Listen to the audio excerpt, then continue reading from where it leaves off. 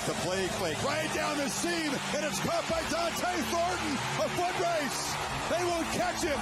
66 to the house. This is 365 Sports, powered by Sikkim365.com. In the pistol. Mullins, big opening, might be gone. Touchdown, Michigan. 365 Sports is presented by IdealMRI.com. High-quality MRIs for $497 or less. IdealMRI.com. Your health is important, so is your budget. And that one might have been touched, maybe. Scooped up by the return man, Parker Kingston, and now he's going to turn the corner. There he goes. Kingston to the 50. Still going. Kingston. Touchdown. 365 Sports is also brought to you by Texas Farm Bureau Insurance, protecting Texans since 1952. Wants it all, man-to-man coverage. Douglas is there and holds it in. Touchdown, FSU. 365 Sports is turbocharged by Unite Private Networks. Find out more at uniteprivatenetworks.com. Big 12 opener comes down to this play. Sanders gets the feet set toward the end zone for the game. It is caught by Wester, just like 1994. Now here's Paul Catalina. Welcome to 365 Sports. It is the Smokeless Friday.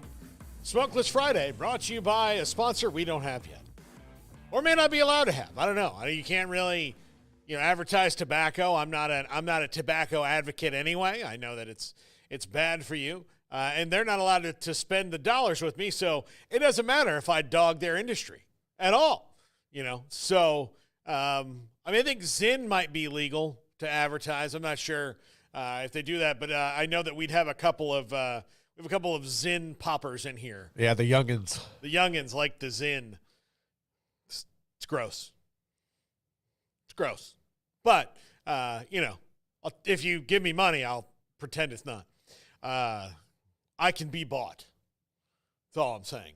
But yeah, Dave and Craig not here because Midway plays tonight. I believe back. No, they're in Killeen. They're at Harker Heights. They're at Harker. Yeah, they're playing. Does Harker Heights play at the new stadium? No, Chaparral plays at the new stadium primarily, and then if there's like an overflow that happens where there's some overlap, they'll rotate one of the Killeen schools or Heights over there, but it's mainly Chaparral's. Okay. The rest of them primarily play at Leo Buckley like they used to. Huh. Well, that must be nice that Chaparral, the brand new one, gets to. I don't think that's right. I don't I'm not knocking, but just to let people know. So Killeen is about an hour from here, as the crow flies. Maybe a little less if you hit it right. It is populated pretty densely because of Fort Hood. Fort Cavazos. They've changed the name, but because of Fort Cavazos is one of the largest Army posts. I believe it might be it's First Cavalry. I think it's the largest. Yeah, it's the largest. I believe it's the largest. So it's a gigantic Army post there. There at Fort Cavazos, formerly Fort Hood, in case you're wondering or confused, but Fort Cavazos. And so they had 4 high schools in the area, and then they had Copper's Cove, which is just south, but it's its own thing. And then recently they've added a new high school. Well, all the other 4 high schools played at Leo Buckley Stadium, and they would rotate, there'd be one at home on Thursday, one at home on Friday, and then the next week, pretty much a rotation. I mean, more or less. I mean, again, there's some, different things. But so they built a new stadium for Chaparral, and they just get it pretty much to themselves. I think that's nonsense. It is. I think the other ones should get some play over there. And the stadium actually sits on Killeen High School's ground, so they shouldn't have to go over there because it's just right there. But the other ones all have to go to Killeen High School to play their games. Not like it's all that far. I mean, it's 10 minutes at most across town. But, yeah. But anyway, that's where they are tonight. In case you're wondering, in case you want to go to Killeen and see them, or be in the same place. You can't really see them. They'll be in the press box. But that's where they will be tonight. So let's get down into it. I first want to start off by saying the most boring Cowboys win possibly of my life last night. As a Cowboys fan, so boring. Ridiculous. Micah Parsons and Tank Lawrence are hurt. So I just want to give you guys a recap about me personally right now so that you understand if I'm not in the most chipper of moods. The Red Sox are officially out of the playoffs. Florida State, I might have to go watch lose tomorrow. And they're not very good right now. And then the Cowboys are going to go through a season that ultimately ends in Mike McCarthy getting fired, which would mean, once again, they haven't won the Super Bowl or done anything well. So if I'm cranky, I apologize. And this, when I think this started for me? When's that? December 5th of last year. It's when everything started to go against me. Some of y'all got left out of the playoff? Yeah. And then December 5th, and then the middle of June, I'm in Palm Springs celebrating my anniversary. And then, Florida State got screwed there too. In Omaha, once again, something bad happens. So it's been a slow downhill slide. It's one of those things where now I understand why people drink. It's just one of those things where that's a really sad reason though, to be lost in the bottle, just sitting at the dive bar. What's wrong? The teams I like are no good. I'm sure there's people drinking the worst. I don't understand the cyclical nature of sports. Another one. Leave the bottle. So anyway, but there's lots of good college football stuff to talk about today. We'll have Josh Neighbors here in a few minutes. We've got Peyton Soysher again today. We've got Grayson Grunhafer, and a great conversation again with Kenneth Davis. This eventually ends with Kenneth and I doing a podcast together. It does. It's headed in this way. The chemistry's I don't know if he feels the same way. It feels like he does. I think he does. It's heading that way. We jive. There's podcast chemistry there. And when you see podcast chemistry, you just can't deny it. So hello to everyone on the chat room today. Let's get into the smokestack. Starting off, and this is the Ohtani of the smokestack here. He's going 50-50. Ross Dellinger is the guy who leads off the smokestack with a home run more often than anybody. It's like him and then there's everyone else right now.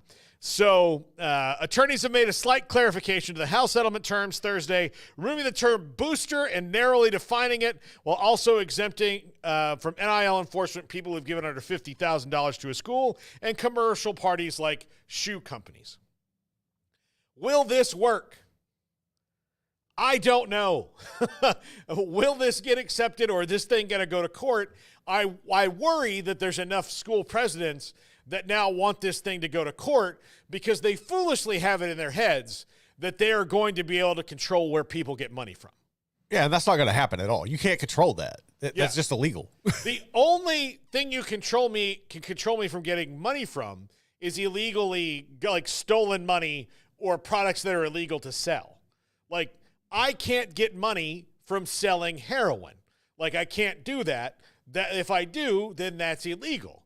But if somebody wants to give me money for any other reason within the bounds of legality, then they can. I can give you money and we can fill out a tax form and everything for you to just take a picture with me and say, this is, Paul Catalina, the official podcast host of Post Toasties. That's it. If that's all that you want to give me money for, if it's in the contract, it's in the contract. That's America, man. That's just how it works. So these school presidents thinking that because there's some other things at play here, they want to keep it as close to the old way as they can. If they wind up in court, it's going to bankrupt some of them. And it's a bad decision. It's a bad decision. Get the settlement done.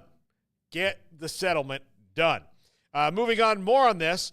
Charlie Baker, who, as you know, is the president of the NCAA, we continue to see evidence of dysfunction in today's NIL environment, including examples of promises made but not kept to student athletes. Obviously, Matthew Sluka, big story this week, and we have a nice little nugget on that. Just as anyone that owns stock or buys a house is afforded basic consumer protections, it's clear that student athletes entering NIL contracts should be too. And they have an nilassist.nca.org.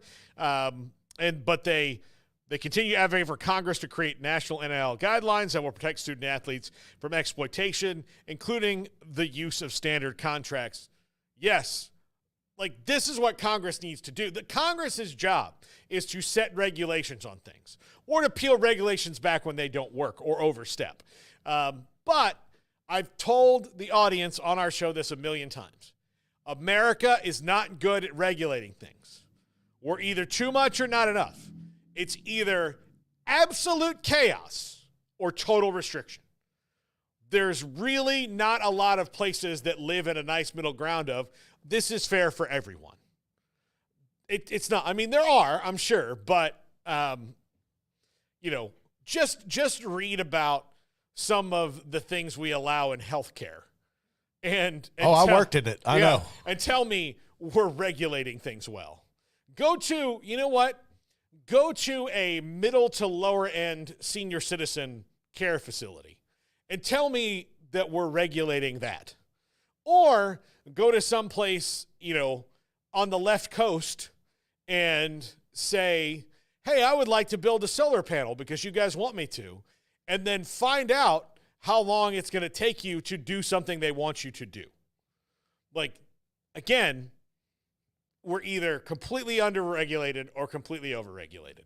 And asking this particular Congress to do anything that makes the first lick of sense, I mean, you might, honestly, you might as well ask a cat to drive a truck.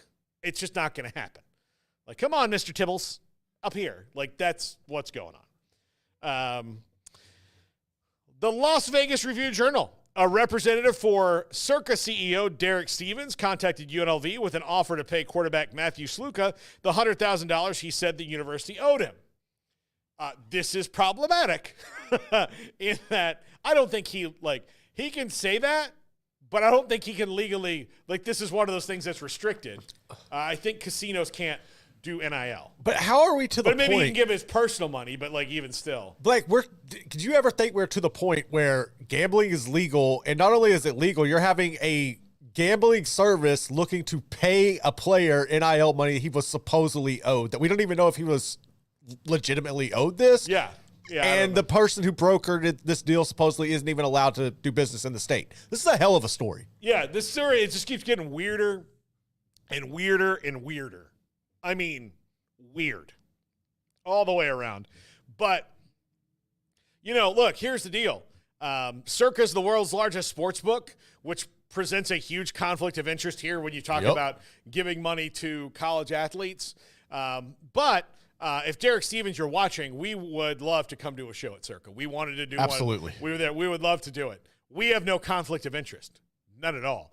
But I get it. I think what Derek Stevens is doing, and this is me seeing the rosier side of it, what he is doing is saying, yes, UNLV, there's avenues for you to go down that you haven't gone down yet. And maybe, try to facilitate more of those. I don't know if he's probably necessarily allowed to, or if he did, it would be one of those things that's like, whoa. Yeah, because that's going to open up Pandora's box even more. Yeah, the thing is that Derek Stevens is not going to pay a kid to shave points or he doesn't benefit from that. That only makes him look bad, right? But what it does is that if they let him do it, then how many people are going to be like, oh well, if Circa gave money, then Bill's Casino can certainly Bill's Casino and Sportsbook in Secaucus, New Jersey. I'm happy to take their money too. Those. And then you have the whole Dave Portnoy coming out saying he's going to pay for Michigan to get quarterback. It's a weird time right now, man. Well, he's not with any casinos anymore. Okay, but still, that's, he couldn't they wouldn't license him. I don't doubt it. That's why he did the thing. They wouldn't license him. I'm mostly because like he has such a loud like stance. Yeah. So it's. I think that's why they're like, look, we don't want him to be like out here complaining about things and all that or doing what he does. But Portnoy making sure Michigan gets a quarterback, I have no problem with. Like that's yeah. Here's the thing. I promise you, if you gave most crazy sports fans like Dave Portnoy the kind of money that Dave Portnoy has, they would do the same thing. They would. I would agree. I would agree with that. I mean, like, and they're already doing it. There's lots of people doing it. There are people at every university in NIL. Look at Texas Tech. Whose whole, like, their whole, like, I want to say their whole personality's wrapped up in it, but their favorite thing in the world is their alma mater sports. I mean, I'm one of those people. That's one of my favorite things in the world. I just don't have millions of dollars on hand to where I can go, like, you know what? Go get them. Like, you know, fly me out. I'll talk to Cam Ward. He won't go to Miami. I'm cooler than Rick Ross. I'm this much cooler. I'm $500K cooler than Rick Ross. What is Rick Ross giving you? I'll double it. I'll double it. I'm not that guy. I'm not that guy. So I know that, like, yeah, so you know what? Dave Portnoy wants to go out and help get a quarterback? Hell, I'm all for it. I'm fine. Let's get people paid. I'm all for getting people paid as long as they're on the up and up, as long as they do, you know, perform to the level that they should and put forth effort. Hey, I'm all for it. Realignment news. This from Pete Thamel. Texas State has emerged as a target for the Mountain West, which would be an all-sports edition. One other target that could soon be come into focus for the Mountain West is Northern Illinois, which would be as a football-only member. Then next, we're going to McMurphy. Brett McMurphy. The Mountain West notifies the MAC of its interest in NIU and Toledo as football-only members in 2026. This adds the Central Time Zone to the Mountain West, potentially increasing future media rights value. NIU and Toledo have combined for 7 of the last 13 MAC titles. Mountain West currently has 7 football members, but would still need two full-time members in addition to NIU and Toledo. And the MAC has lived in this zone until now, until this Pac-12 Mountain West thing. The MAC has lived in this zone of, I'm sure there's a little bit of like, why does nobody want us? And then a little bit of like, I'm glad that we're not involved in this. We can just continue to be the MAC and have MAC shit on Wednesday nights and all of those things. But now the fickle finger of realignment has pointed its way towards the MAC, and now NIU and Toledo are of interest to the Mountain West, which, okay, you know, like they're good teams in that league. Like NIU just had a huge win. That's what I was thinking. Huge like how much of that win spurred them looking in that direction? Because like the MAC was never on anybody's radar in this, and then now all of a sudden, you know, NIU's top of the ranks, and you got Toledo there, and I mean, I guess it would make some sense, but just leave the MAC alone. Just leave these damn conferences alone. Yeah, absolutely. I know. Just hey, listen. I'm gonna say it right into the camera. I might get up and walk if I had a mic on, I would get up and walk to the camera, get real close. Pac, Mountain West. Just merge. Get over yourself. You know, the bottom teams in the Mountain West are not good enough for us. Everybody's got bottom teams. All right, blah, blah, blah, blah. Who do you think you are right now? You got left. You were the bottom. Like, that was you before. Now just be like, Oregon State and Washington State, I want so badly to be on your side on this. And Mountain West, I want so badly to be on your side on this. I really like Gloria Nevarez a lot. Yeah, she's awesome. Honestly, if I could have a vote for president of college football, like Gloria Nevarez would be on my ticket. Oh, yeah, absolutely. If you had like a president and vice president, give me, you know, Nevarez Yormark 2026. You know, in charge of some things. I would enjoy that. I think they're get it done, no nonsense people. And they understand the modern landscape. Yeah. And new ways of finding money. Yeah. And, you know, they're not Greg Sankey, so that's that's good. Because right now he's like the overlord of things, the Legion of Doom he's got going there. But let's just work this all out. Let's just work it out. You guys come together. And then when you come together, you can start stealing other people's teams like a family. That's what you should do. You should steal as a family. You know, who doesn't love a good family weekend out for a casino heist? I think it's good. Family of 6. Seems legit. What are you going to do? You can go to the water park, you can go apple picking, or you can knock over a casino. I think knocking over a casino or stealing teams out of another conference, it's good, fun family activity. So here is this news comes 1 week after Daniel and Jennifer Golden of the Smoke Clan went to a Nebraska game. I do not think these two issues don't have some correlation. No, definitely tied together. And I speak this specifically to Daniel and Jennifer. And Emery, please clip this exact moment, like starting in this segment, so I can send it to them so they know that 1 week after they attended their first Nebraska game, the Nebraska Board of Regents saw a financial opportunity missed and has now set to approve alcohol sales at athletic events. So Nebraska will be selling alcohol at athletic events. It comes right after Daniel and Jennifer. Believe me, I was at their wedding. I know how they roll. How Daniel and Jennifer, like, that's a week, that comes 1 week after. Not a coincidence. Not a coincidence that this happens right after because they missed a huge financial opportunity. I think after they left money on the table. They did, and after learning about a Runza and what it is, I don't know how they've gone so long without pairing a Runza up with a cold beer. That makes no sense at all. They've been missing out. Here's the thing. I think the Runza is the post-tailgate food. Yes. It's the post-tailgate food. But if you have self-control and you're not like most of the students who, you know, because you can't have beer in the stadium, you know, slam like 9 of them right before they go in, and you need a Runza, otherwise you're not going to make it. Sober up a bit. Then what you can do now is you can, like, you know, you can pair it. Like, that could be the number one combo. Absolutely, like, that's going to be. Give me a number one would be a Runza and a Busch Light at... Dude, it's over. At the Memorial Stadium. That's the number one combo. Yes. Yeah, just walk up to a thing, go, I'll have the number one. Like, okay, do you want the, you know, 1632 or the, you know, the full corn husk, you know, like yeah, put it in a big husk like a beer big, like, corn, yes. like corn, or like you drink out of the mask, like, you know, the mascot with the overalls, like you drink out of his head or something. Like, there you go. These ideas are all free, Nebraska, all free right now. The fourth idea, that comes with a cost. So not a surprise. Jake Trotter, if Navy beats UAB tomorrow, Army and Navy will be off, both of them, to 4-0 starts for the first time since 1945. And Navy and are both good. They're both good. This is a good cycle for them.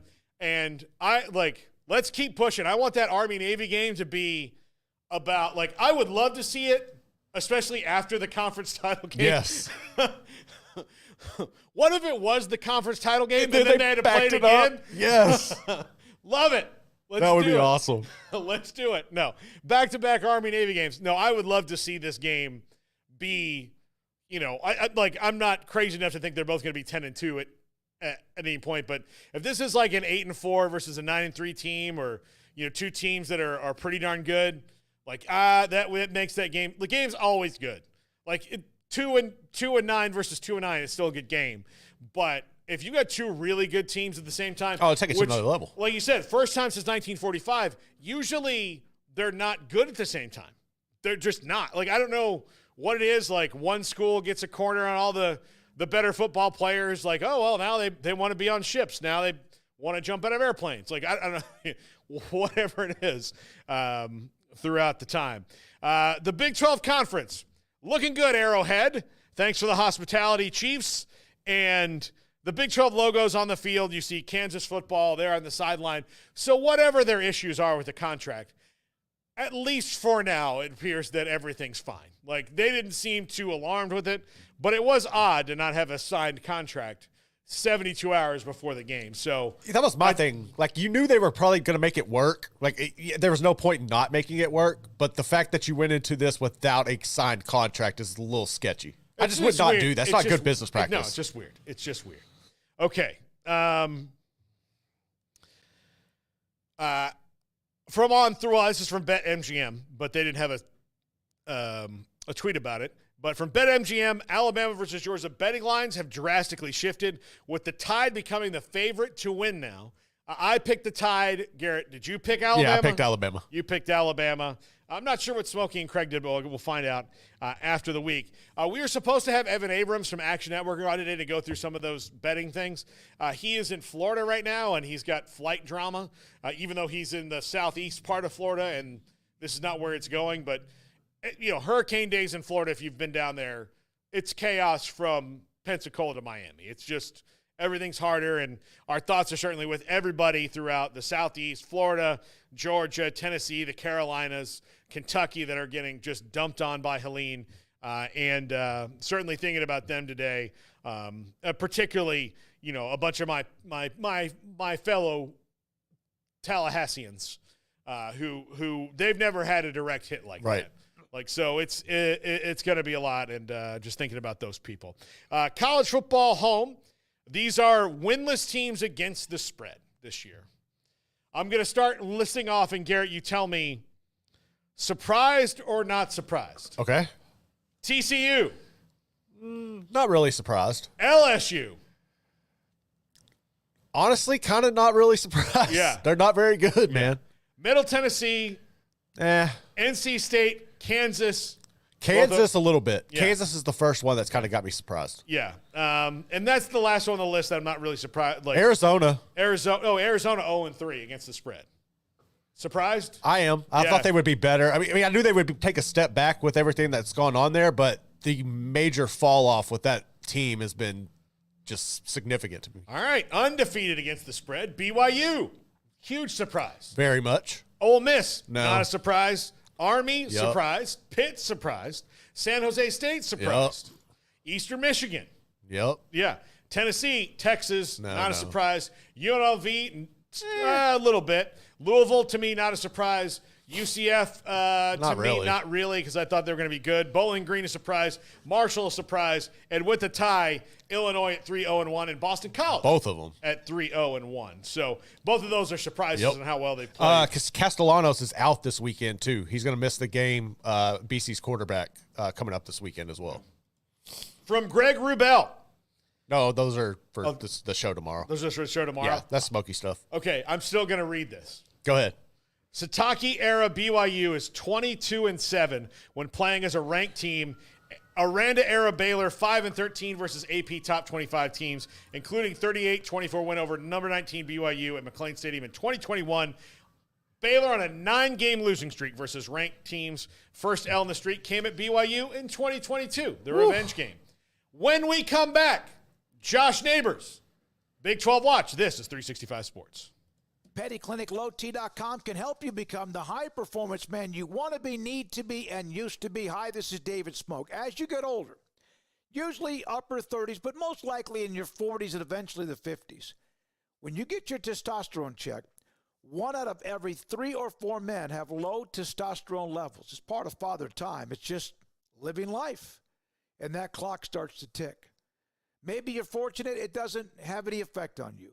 Dr. Kent Petty can help you become the high-performance man you want to be, need to be, and used to be. Tell them I sent you. They will set you up to get your blood work. They get the results Dr. Petty does. He'll look at them, and then if you need testosterone boost, he can put you in a program to increase your testosterone levels so you can become the high-performance man you want to be, need to be, and used to be. PettyClinicLowT.com. Texas, there's pea-size hail and baseball-size hail. Guess which one hit our house? We didn't even know where to begin, but we called our Texas Farm Bureau insurance agent, and he was so reassuring. He knew exactly what to do to get our house back into shape and our lives back to normal. Now, we're even more thankful for the roof over our heads. Stop by and see our agents at one of our 3 McLennan County locations. Coverage and discounts are subject to qualifications and policy terms and may vary by situation. Hydration is a fully transparent, fully loaded, full-flavored hydration drink that we've all been waiting for. Ghost is caffeine-free with electrolytes, zero sugar, and low sodium that'll hydrate your body before, during, and after your workout. Consumer loved with authentic flavors, so grab and enjoy a Sour Patch Kids Blue Raspberry and Red Berry, along with the Kiwi Strawberry, Orange Squeeze, or Lemon Lime. Ghost Hydration can truly be used anytime. Remember, it's formulated for sports, but made for life.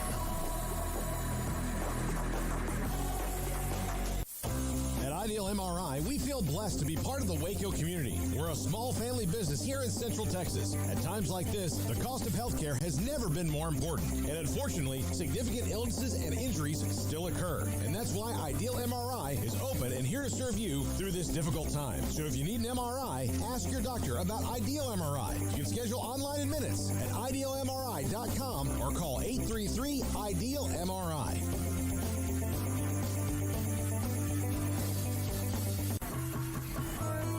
When you work with a bank, you should expect the best of everything. That includes face-to-face personal service and the kind of community banking care that only comes from one neighbor to another. That's exactly what you'll get from the First National Bank of Central Texas, where you will know your banker works just as hard as you do. Once again, that's the First National Bank of Central Texas. Settle for nothing less than the first. Member FDIC.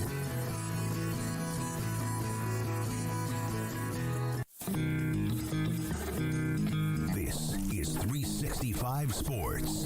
The 3 o'clock hour is sponsored by Waco Custom Marketplace. Meats, sweets, Texas treats, and a cut above the rest. 425 Lake Air Drive, Waco.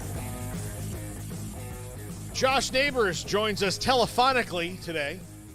It's a word radio people used to use a lot. I don't know. Josh is still in. I've not been in radio in 4 years now. So I don't know if it's still used in the radio game. The podcast game, not so much. But Josh Neighbors joins us now. He's in Dallas this weekend. So no, Josh, no high school game this week for you? No, I'm currently sitting in of the Park Mall. A little compromise action. The lady is shopping. Okay. So she gets to come down here. She gets to shop. I was happy because we drove down here this morning. Was worried not to get a workout in, but I was able to get my steps in, walking around the mall, let her shop. Then we're going to go to Arkansas. And okay, there we go. Honestly, we could do a double dip. We could do a double dip, Paul. Arkansas A&M, 7 o'clock. SMU, Florida State. I did. Hey, here on the mall, in the mall.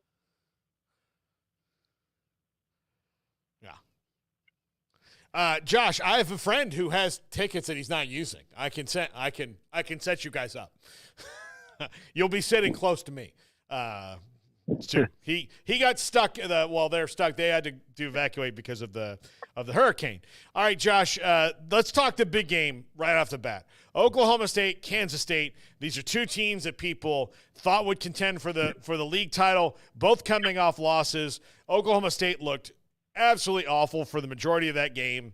And then Kansas State, the middle 8 of that game got away from them, and they got blown out. Now, if you had told me BYU beat Kansas State in Provo, I'm going to believe BYU can beat most anybody in Provo. If you told me that BYU beat them 38-9, I'd have been like, how many people broke their legs in the first half that allowed that to happen? That's not what happened. BYU just capitalized on every single opportunity and had that crazy punt return happen. Yeah, you're bringing up just a little bit, Paul, but I mean, the BYU game, I was numbers. Their longest time was 37 yards. Consistently, your defense is putting you in great field position if that's the case. I mean, I've still got serious. Yeah, that seems to be part for a lot of the teams. Yeah, I think that's kind of the way things are going right now. Is that, I mean, like, there's a lot of bad offense being played in this league. Yeah, Josh, we're going to call you back real quick. We're going to call you back. You've been breaking up a little bit. Oh, there we go. All right. Let's see if we can make this work. on the fly, on the air. Great stuff. Hey. All right. Josh is back now. You got to hear the phone ring and everything on the air. I love it. But, yeah, both these teams, Josh, you were right. The offense in this league has not been great, and particularly for Oklahoma State, they're not playing their offense at all. Ollie Gordon's been a non-factor in the games against FBS opponents. Ugh. All right. I think we might have to punt on this segment.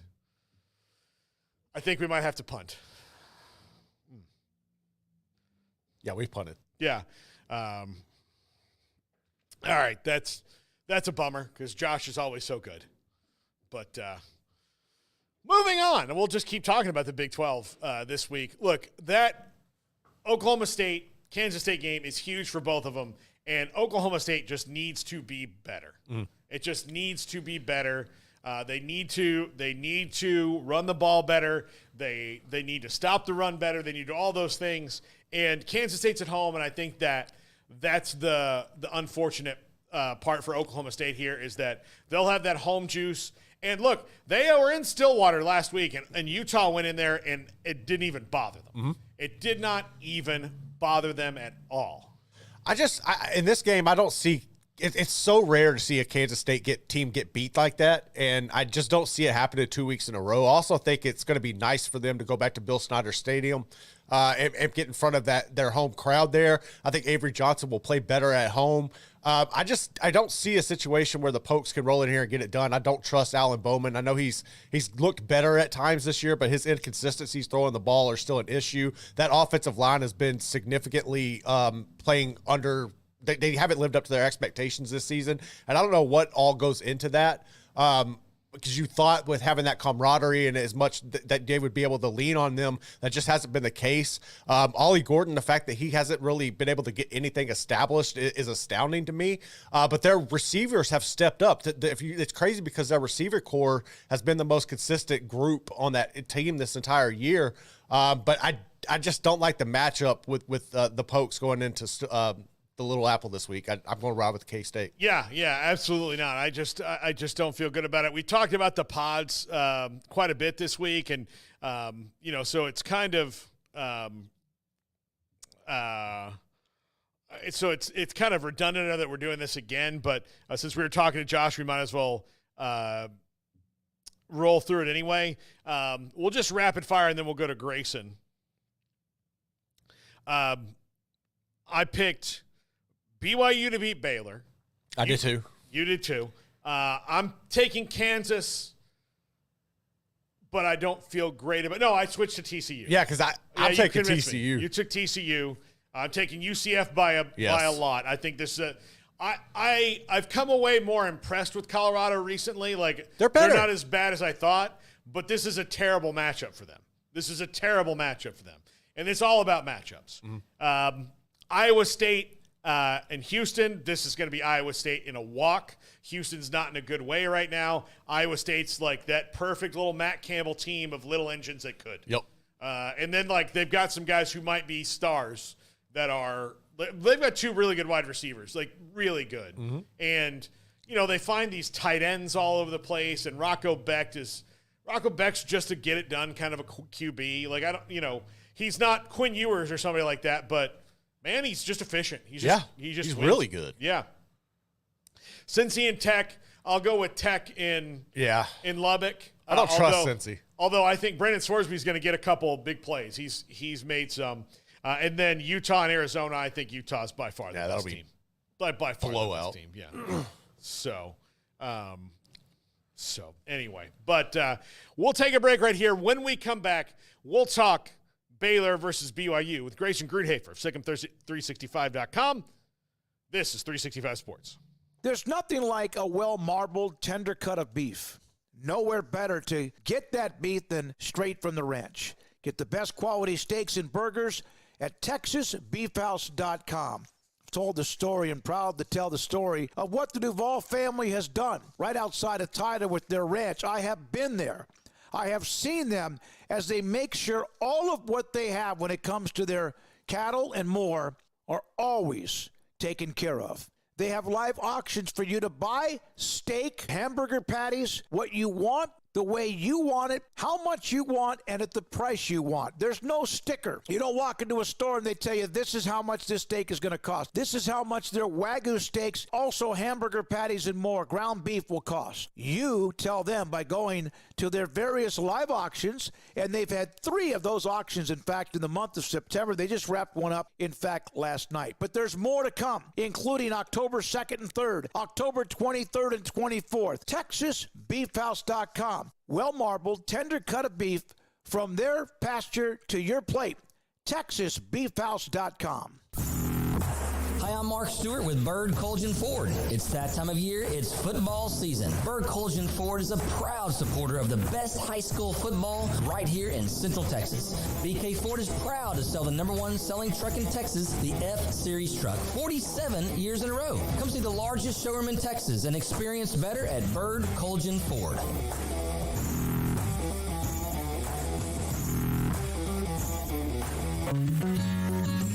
Established in 2007 and independently owned, Alliance Bank Central Texas is committed to helping families and businesses meet their financial goals. From their tellers to their board of directors, they know the importance of superior service and competitive products. Customers have confidence knowing that their financial needs are in good hands. It's your bank, Alliance Bank Central Texas, with 2 Waco locations, 4721 Bosque Boulevard and 191 Archway Drive on Highway 84, and at AllianceBankTexas.com. Member FDIC and equal housing lender.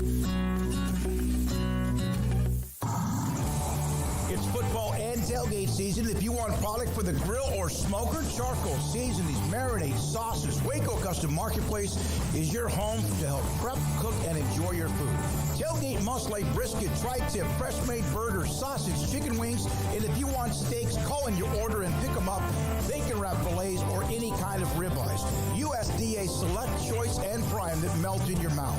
House-made sausage and jerky. Also, Waco Custom Marketplace, a one-stop shop for tailgating, barbecue, cook-offs, and family get-togethers, fundraisers with fair prices to you, the customer. A bakery with fresh baked bread and kolaches. There's cold beer, wine, and soft drinks. Serving Waco restaurants and families since 1940. A cut above the rest. Waco Custom Marketplace, open Monday through Saturday at 425 Lake Air Drive in Waco.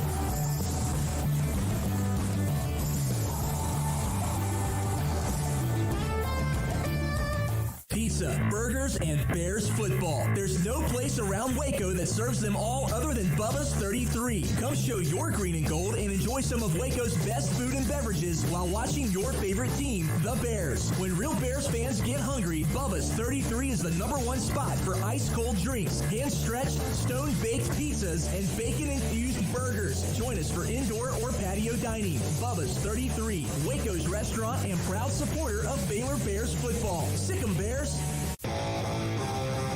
This is 365 Sports. Text us at 254-339-1122. The text line is sponsored by Riverbend's Liquor and Wine, with the most extensive variety of craft beer in Waco. A hidden gem on Lakeshore Drive and 19th Street. Welcome back. Paul Catalina, Grayson Grundhafer, SicEm365.com. And Grayson's got the big, beautiful Baylor flag backdrop there, ready to go. Grayson, you were on vacation earlier this week, so that you did not get to share your thoughts on the Colorado loss and on the Bearcast. So since you didn't get to do that, and it's not a rehash of that, I will give you the forum here to share those thoughts on how that game ended and how you felt in the moments afterward. Right. I mean, I was able to talk about it a little bit on Inside Baylor Sports, but yeah, it was just a very frustrating loss, I think, in many regards. And I think the thing that really stands out to me the most when kind of looking back and, what people have said about the game, my thoughts on the game, and I just, kind of taking a step back, I think the end result is kind of around what everyone expected, right? A very close game, a very competitive game. You would have said they go on the road as an underdog and this is a 1-score game. That sounds about right to me. Unfortunately, the way the game played out is what kind of changes everyone's mind about what happened, because Baylor had that game won. And you're losing it on a Hail Mary, which is something that you'll probably only see like 5 times during a college football season. And so it's just one of those outlier type plays that you can chalk up to maybe bad play calling. You can chalk up to players making plays. You can chalk it up to many different things. But in general, to basically lose a game because of that and then turn around in overtime and it's like, wow, you're moving the ball again and then fumbling it at the 1 yard line. It just brings back some, similarities to what we've seen the last, 2 years where, Baylor simply has not been able to close out close games. And that has to change if they want to make a bowl game. And frankly, it probably has to change this week against a really good BYU team. Yeah, it does. What, you are our recruiting guy. And, the one thing I think they've done well in the last year is they have solidified maybe some more program guys, culture guys, leadership that maybe wasn't there a year ago. They appear to be playing as a more confident team, but they still lack, and I'm not sure that they've had this in a couple years, but Colorado's problem is kind of the exact opposite. They have a lot of, CEOs, but no board members, right? The Baylor's a lot of board members, but maybe not a CEO, if you know what I'm saying. Like, they need that dude. Colorado's got a couple of that dudes, and I think that's the biggest difference in the game of, could you prevent those guys from making those plays? Baylor couldn't in the end, and because of that, that's why they lost. But how do you feel the talent acquisition is going on that end to maybe get some dudes? I think it's going really well. And to be honest with you, I think when you look at the defensive side, I think they're getting a lot closer to that. I mean, Keaton Thomas, Caden Jenkins, Jackie Marshall, I think they're Steve Linton, Garmin Randolph, like they're getting there, right? You're seeing some of these guys really emerge as like, oh, wow, that might be an NFL guy. Now, at times it hasn't been perfect. I know Caden has had his struggles this season, but those guys in large part have been really solid and have made a lot of plays. And so I think, again, getting closer on that side offensively, I think they're just a little bit away. And, it's one of those things where you kind of came into this year thinking that there was a chance the offense could be really good with Jake Spavital coming in. But as camp kind of progressed, it got a little bit concerning that they weren't, throwing the ball effectively. The running game really wasn't where it needed to be. The offensive line was still kind of some moving parts. And so I think it made you kind of take a step back. And now you look at it and you go, wow, okay, the defense has clearly taken a massive step forward. I know if you look at the final stats against Colorado, you might say, oh, really, has it taken a step forward? But I think in general, if you watch that game, the pressure they got on Shedeur Sanders and the ability to put the offense in pretty good positions has been really good and was really good in that game. I think the one area they're lacking on that side is just the turnovers. They're not forcing turnovers, but offensively, I just think in general, you're going through a scheme change. You're integrating a lot of new faces. You're bringing in a lot of new talent. You're trying to make sure that it all comes together. And I think in general, this is a unit that's going to get better as the season progresses. And frankly, going on the road and putting up 31 points on Colorado, that's a solid performance, and that should be good enough to get you a win more times than not with the kind of defense that I think Baylor's played up to this point. So BYU comes in confident, hot, rolling along. Baylor's just had this gut punch. But there are some things. BYU is not good in day games necessarily, and they're not great on the road.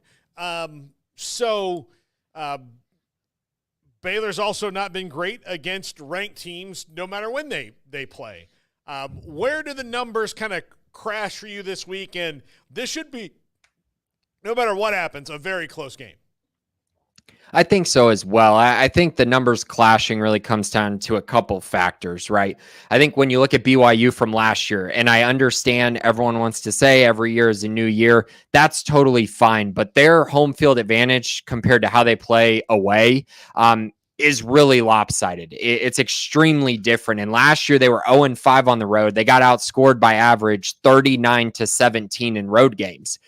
I'm not sure that has completely fixed itself. I'm really not. They won some games last year at home that people would have said they shouldn't have won. In that K-State game, they played great. And I think most people would say, oh, neutral field, give me Kansas State. But when you go into Provo in a night game and BYU plays like that and forces all those turnovers and, just wins on the margins consistently, yeah, this is the outcome that you get, a blowout. And so now they have to go on the road, and they got to prove that they can do it on the road. And I know BYU fans have pointed out, well, they beat SMU on the road this year, but SMU was going through a quarterback change. Preston Stone clearly was banged up when he was playing, so they went with Jennings, brought him in, and they were clearly working on some things and working the kinks out. And BYU still only won that game by 3 points. So now you're just expecting them to turn around and just do the exact same against Baylor and just be this consistent road team.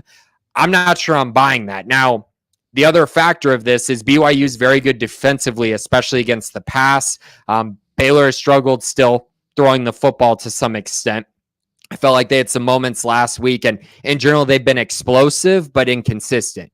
And so I think that's an area that's a little scary. I think in general, when you look at BYU's run defense, I think there are opportunities for Baylor to take advantage, but Baylor hasn't exactly been setting the world on fire running the football. And so you kind of take a step back and you look at it and go, wow, this could be a game where Baylor is only able to score like 17 points. And in that situation, are they going to be able to hold BYU under that? I don't know. I think it's possible, but I think in general, the offense versus defensive matchups on both sides are going to be really interesting to track, because I think on the opposite side, I think Baylor's defense is actually set up really well to shut down what BYU is trying to do, especially because BYU has not ran the ball well at all, and Baylor has shut down the run pretty consistently. And so I kind of expect that to continue. And so then it may come down to which quarterback plays better between Jake Retzlaff and Sawyer Robertson. And I think up to this point, based on what I've seen from the two, I still think that is pretty much a toss-up and kind of a to be determined, not exactly a concrete fact on who's better or who's going to have the better performance coming into this one. So lots of factors, but I think in general, it could really go sideways for either team. I think in this game, with BYU going on the road and Baylor playing another really good defense, which makes it really intriguing. Yeah, absolutely. Sawyer Robertson has kind of established himself as the hot hand right now. I don't think they have a quarterback controversy because they don't need to right now, Grayson, but he's played well when he's played. There's no reason really right now to put DeQuan Finn back in unless you've got maybe a different kind of package or you need something else. And Sawyer Robertson has shown the ability to move with his feet too, so it's not like you're maybe losing some miles per hour between DeQuan Finn and Sawyer Robertson, but you're not losing the ability to run the ball through the quarterback either. He should ride it out until he's ineffective or they need some kind of change.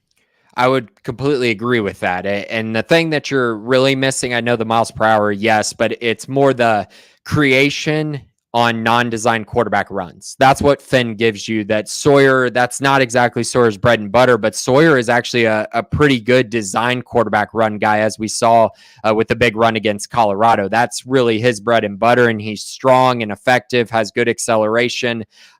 So yeah, I mean, he's proven to be just fine there. And now really, I think for him, it's just about getting more reps in this offense. I think we've seen, when he has a clean pocket, when he feels comfortable, like when guys are getting open, he's delivering the ball pretty well and pretty accurately for the most part. I would say he missed a couple throws against Colorado, but not a ton that you're going to look at and say, wow, that was a complete miss to a wide open guy. The Ashton Hawkins one is really the only one that really stands out to me in that regard. But they do need him to be more efficient. And really that comes down to, can blocking hold up in front of him? And can these wide receivers get open? I still think those two are still question marks at this point in the season, along with, how good is Sawyer? I think all three of those are still question marks, and something that honestly we're going to find out a lot about in this game against BYU, because Baylor looked really effective against Air Force a couple weeks ago at home, and maybe getting back home for Baylor will make them feel a lot more comfortable. They're playing a totally different opponent, but I do think being at home and just getting those reps in, which, Sawyer really hasn't had that many reps during his college career, is going to be extremely beneficial. Yeah, I think that's going to be good long-term for them. And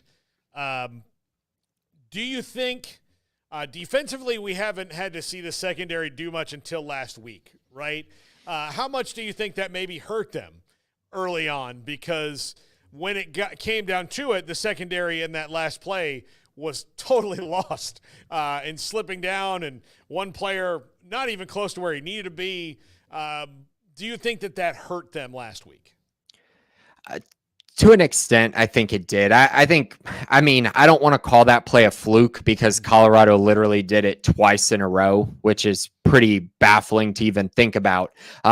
But I do think in general, it's one of those things that you scheme up for and you try to make a play, and Baylor just wasn't ready to make that play. But I would also say, I felt like Baylor was playing pretty fine in the secondary throughout the game. They gave up a lot of yards on the Hail Mary and in overtime. And yes, they gave up some chunk plays for sure. But in general, you're looking at the two biggest plays were the Hail Mary and then the play to, Omari and Miller, where he looks like he's down, he gets up, and then Caden Jenkins gets blocked in the back and the guy runs down the sideline for a touchdown. And it's just like, okay, is that really a bad defensive play, or is that just, a player making a play for Colorado? I think it is more that, because in general, they basically held Shedeur to around that 250 to 300 yard mark in general for this game outside of the Hail Mary and overtime, and that's where they need to be.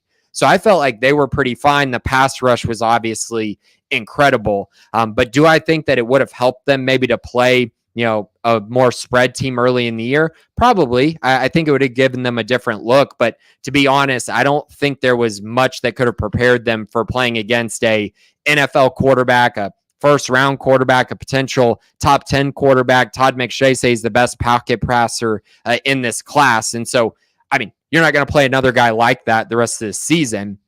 And then you factor in the fact that their receivers, they have like 4 NFL receivers. And Travis Hunter, of course, being the guy that stands out, a top 5 guy who can play both ways. I think there's a lot more to it. It's a lot more than just, they didn't play a spread offense. It's more, they didn't play a spread offense that passed a lot, but they also didn't play all this NFL talent, which they probably won't play again the rest of the season.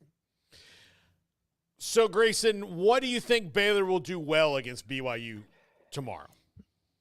That's a great question. To me, I think that Baylor defensively is going to stop the run, make that a priority, and they're going to force Jake Retzlaff to beat them down by down. I don't think they're not going to allow him to just stand there and throw it deep a bunch of times. They're going to make him be accurate. They're going to challenge his accuracy. They're going to challenge his ability to stay patient because at times he has been turnover prone.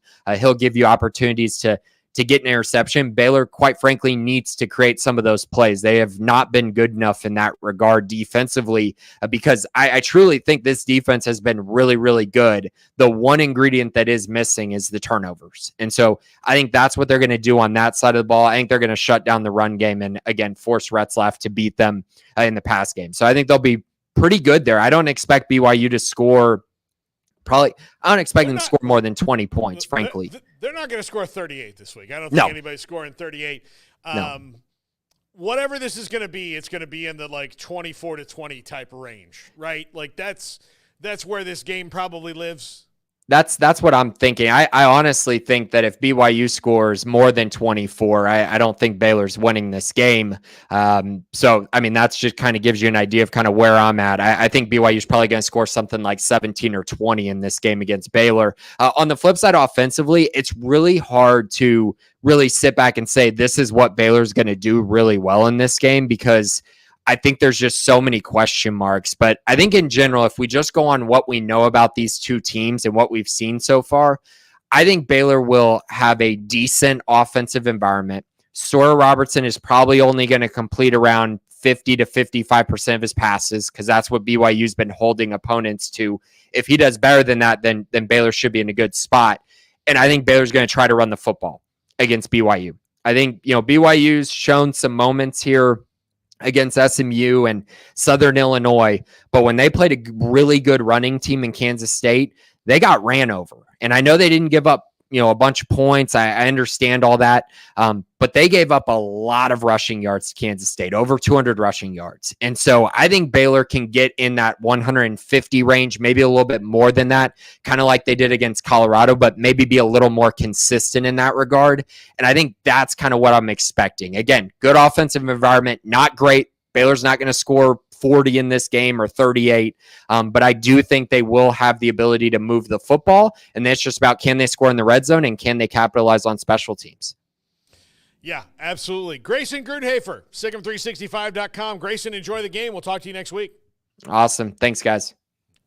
When we come back, we're going to go through some of the other news of the day real quick. There's a couple of nuggets. Plus, there's a really cool video last night of CeeDee Lamb at the Giants game where from Mike Leslie of WFAA, who happened to catch it. You're waiting there in the tunnel for them to get to the locker room, and CeeDee did a really cool thing. So I thought it was nice to see, especially after CeeDee was not his best self last week on the sidelines, and that happens to wide receivers.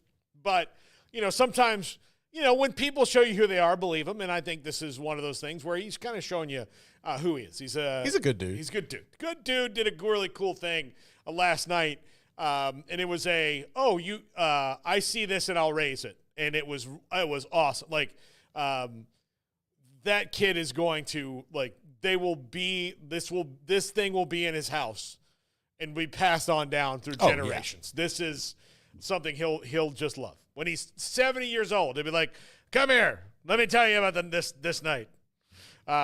So yeah, it's a really, really cool thing. So when we come back, we'll talk about that. Plus, the guest picker this week on College Game Day knows a lot about one of the co-hosts. And who's starting at quarterback for Auburn? Does it matter? And will Hugh Freeze still kick them in the nards after the game?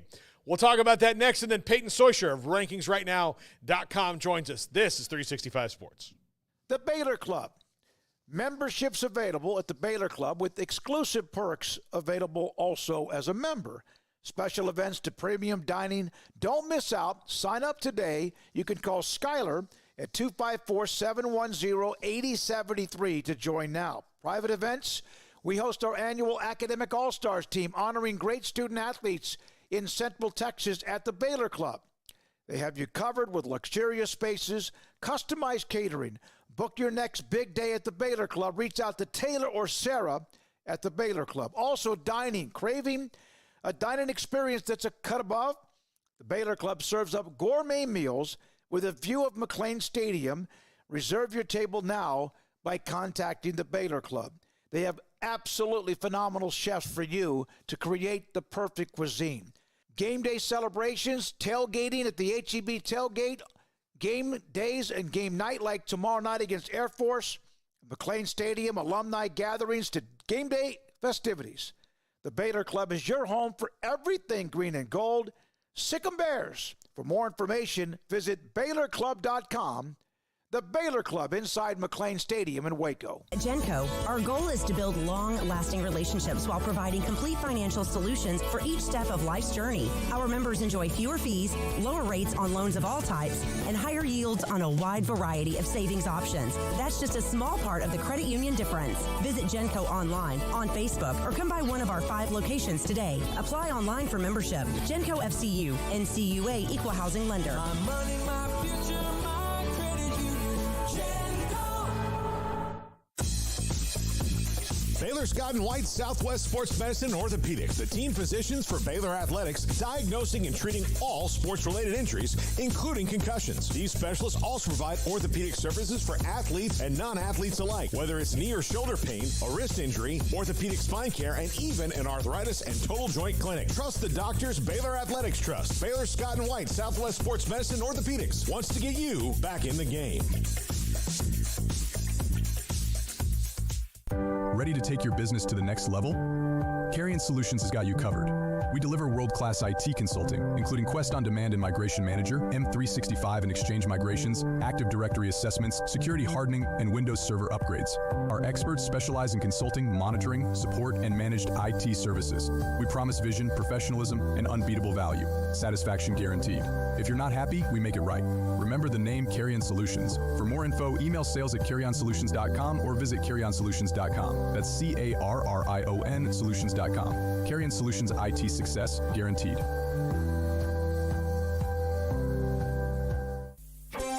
Developed by Startup Waco, a nonprofit organization, GXG is a program designed to support the entrepreneurial development of Baylor University student-athletes through NIL activations. The program helps student-athletes maximize their platforms and offers a comprehensive support system for them to create and grow new businesses that not only benefit themselves, but also uplift the local economy. Fans who wish to support student-athletes can donate to GXG via the GXG NIL Fund, BaylorBears.com/GXG. Contributions to support NIL activations through GXG can be made at BaylorBears.com/GXG. For more information, follow @GXG_GreenXGold on social media and visit the official website www.gxg.startupwaco.com. GXG, empowering student-athlete entrepreneurship and uplifting the local economy through NIL activations. This is 365 Sports, powered by Sikkim365.com. The 4 o'clock hour is sponsored by Boozer's Jewelers, the wedding ring store, specializing in custom jewelry and repair, all in-house. Now here's David Smoke, Paul Catalina, and Craig Smoke. Best of luck to Nick Saban tomorrow. If you've noticed, my wife has never been on this show. Not when she was my fiance or my girlfriend or anything. One, she, to be on camera would be an entire process. Not going to happen? I mean, it would, but, it'd be a process. It would be a process. Now, I have something in the works that I think we will put her on camera for. Oh, yeah. But, and you know what I'm talking about. I don't want to say it. Yeah. I don't want to say it. Let's keep that. It would be, if I can get it to happen, it will be hilarious. It will be funny. And then, I would even have to get her permission to air it, right? If I do. That's the thing. But best of luck to Nick Saban this week, because the guest picker, they're, of course, at Georgia and Alabama this week for College Game Day, is Miss Terry. Woo! Nick Saban's wife. So, good luck, buddy. I love it. I love that they're doing this, man. I think it's cool to see the video that they put out and knowing that Nick's holding the phone and seeing, I don't know, man. They're just like the true power couple right now. You hear all the noise about T. Swizzy and Kelsey. It's really Miss Terry and Saban. They're here to save America. Yeah, yeah. So they're wonderful. And then, if that was the thing, if I met her and had an on-camera interview with her, I would ask her definitively just to say one time, no, we were never moving to Austin, Texas. Thank you. Thank you. That's all we need to hear. That's all. That's all we need to know. I just need to hear it. I need it out in the ether. I need it out there so that Texas fans don't believe that anybody, there are Texas fans still mad at Texas because they feel they dropped the ball on getting Nick Saban. Yeah. It was never going to happen. Here's the thing. You got a Saban disciple. You got the closest and thing. you got the second best one after Kirby Smart. So, not bad. Not bad. I mean, I guess right now he's the second best. The second best after Kirby Smart was technically Jimbo, because Jimbo has won a national title. Now it's Sark and Kiffin. But now, Sark and Kiffin, you've got those guys. Yeah, so you've got you. It turned out you didn't get Nick Saban, but you got a better fit for you. Yep, it's worked out. But that's one thing I would just, if I was sitting, if you just took McAfee off the set for one thing, I have one question: did you always dream of living in Austin on Lake Travis? That was your dream spot, or was that bullshit? I think it's the latter. I think it's the latter. Yes. That was nonsense. Okay. Other news. Peyton Thorne. Poor, maligned Peyton Thorne. He is going to start at quarterback for Auburn this week against Oklahoma. And if he doesn't do well, we'll see. We'll see who Hugh Freeze blames this week. This is all on Hugh. All this is on Hugh. He doesn't want to admit it. I think Hugh thought that he was eventually going to get Caden Salter there. More than likely, yeah. And it did not happen. Caden Salter stayed at Liberty. And now he's stuck with what he did, because he didn't really kick the tires on a lot of people. There were not a lot of visits. There were not a lot. No. And so Peyton Thorne, they went and got him. And from the beginning, like, it's one of those things where, all right, look, if you're just at a point where you need a veteran guy, I get it. But coaches have to stop convincing themselves that they're the ones who are going to fix a guy. You know, if they've not had the big moments, the things like that, like, just, you know, when have you seen them in their career do a big thing? And, like, have they overcome a bad offensive line or a coaching transition or all these things to be like, man, if you just put this guy in a system that was tailored to him, it would be great. Right. You know, that's why, like, if I'm, you know, Riley Leonard always wanted to go to Notre Dame, but if he had been, like, legitimately interested in other places, if I was that, I would have wanted to go get Riley Leonard. Not because he's a spectacular passer or all these things, but I know that, like, in gritty, big game, like, close moments, one, he's going to lead my team well. He's really smart. He's going to do those things. And if I need a gutsy play, I'm going to go get him. Same with Cam Ward. Like, that was like, and that's the thing about Bo Nix. Bo Nix was a bit of an adventure, but you could see that Bo Nix had it because at the end of games when he was at Auburn, if it was close, Bo Nix was gonna dial up the magic. So when you have those guys, but if you've never seen that, yeah, then they don't have it. It's not, you know, you can't make it happen. So do you want to take a break here and then Peyton? Okay, we'll take a break here. Oh, also, before we go, I said this. Let's play the CeeDee Lamb video. This is awesome. So last, this is from Mike Leslie at WFAN. After the game, CeeDee's running down the tunnel, and he heard a kid asking him for his gloves. So instead, he takes off what's way more valuable than gloves. He takes off his cleats and watch, like, making sure the kid gets him there. Jump, oh, no, drop, oh, there's the hands from the all-pro wide receiver. Jump again, oh, didn't get him.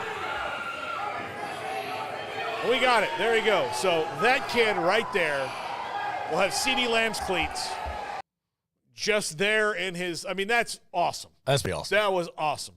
I actually think, like, I grew up in an era of where professional athletes first started to make millions of dollars. Mm-hmm. So there were either one of two ways. They were like Jose Canseco, where, like, they couldn't be bothered, or they were like Cal Ripken, who understood their duty to the game. Right. Nolan Ryan understood their duty to the game. Kirby Puckett understood his duty to the game, and, like, this is, I'm making this kid's day by doing this. I think we're in a better era for that now for professional athletes, because they've not to say that those guys, the Jose Cansecos of the world, don't totally still exist, because believe me, they do. But it was great to see that from CeeDee Lamb. That was awesome after a huge win for the Cowboys, who now forge ahead without Micah Parsons and Tank Lawrence for many weeks. So things are going great for me. Hey, as a Washington fan, I love it. Yeah. Shut up, Garrett. I thought you were sick today. I am. I feel like crap. Yeah. A person I would much rather talk to next, Peyton Soysher from Rankings Right Now. This is 365 Sports. It's Jeep Adventure Days at Allen Samuels in Waco. Drive off in a new 2024 Jeep Grand Cherokee Overland with $13,000 off, or the 2024 Jeep Gladiator Sport with huge 18% off MSRP. Need more? How about a new Jeep Compass $9,000 off, or the stunning Wagoneer L, $8,300 off dealer discount. Also, models that come with 0% financing for 36 months. Get your adventure started right now. Allen Samuels, Dodge, Chrysler, Jeep, Ram, Fiat. Also, drive home a 2024 Jeep Wrangler Rubicon Hybrid. Save $13,000. Plus, you may qualify for $7,500 in federal tax credit. And don't miss out on the powerful deal. Visit Allen Samuels today, and first responders get an extra $500 in bonus cash. Ted Teague, the general manager and CEO, a fantastic staff to help you test drive the vehicle or what you want to look at to make sure that's what you want, and they will make sure they get what you want so you can drive it home. Allen Samuels, Dodge, Chrysler, Jeep, Ram, Fiat, Loop 340 east of 84 in Waco. Get ready, Baylor fans. The ultimate game weekend experience awaits you at the Baylor Club. Kick off your weekend with our Friday Night Live pep rally. With live entertainment and special appearances from the Baylor Spirit Squad, it's the perfect way to start your game weekend with a roar. On Saturdays, don't miss our Knox Hall tailgate. Enjoy delicious food, ice-cold drinks, and great company as you gear up for the big game. And after the weekend's excitement, wrap it all up with our famous Bear brunches on Sundays. Don't wait. Make your game weekends legendary with a Baylor Club membership today. There are 26 letters in the alphabet, over 600,000 words in the dictionary, and just 3 of them said together can change everything. Let's order pizza. Those 3 words lead to dough made from scratch and 3 fresh signature cheeses that blanket golden crust in a heavenly melt on Marco's Pizza that'll blow your mind. So visit Marcos.com to order and stop by Marco's Pizza in Belmead, China Spring, Woodway, and in Robinson. Marco's. Pizza lovers get it. With so many companies and policies out there, it gets so confusing shopping for insurance, and I never know if I'm getting the policy that's right for me. Luckily, I met the team at the Niche Group Insurance Agency. With the Niche Group, you can go to one company and get access to coverage options from many insurance carriers, and you get to speak to a real person about your specific coverage needs. With the Niche Group, I know I'm getting the right coverage at the right price. If you need insurance, talk to the experts at the Niche Group at 1-800-258-8302. This is 365 Sports. The Sikkim 365 app is brought to you by Allen Samuels Dodge, Chrysler, Jeep, Ram, Fiat. Come by, let's be friends. Welcome back.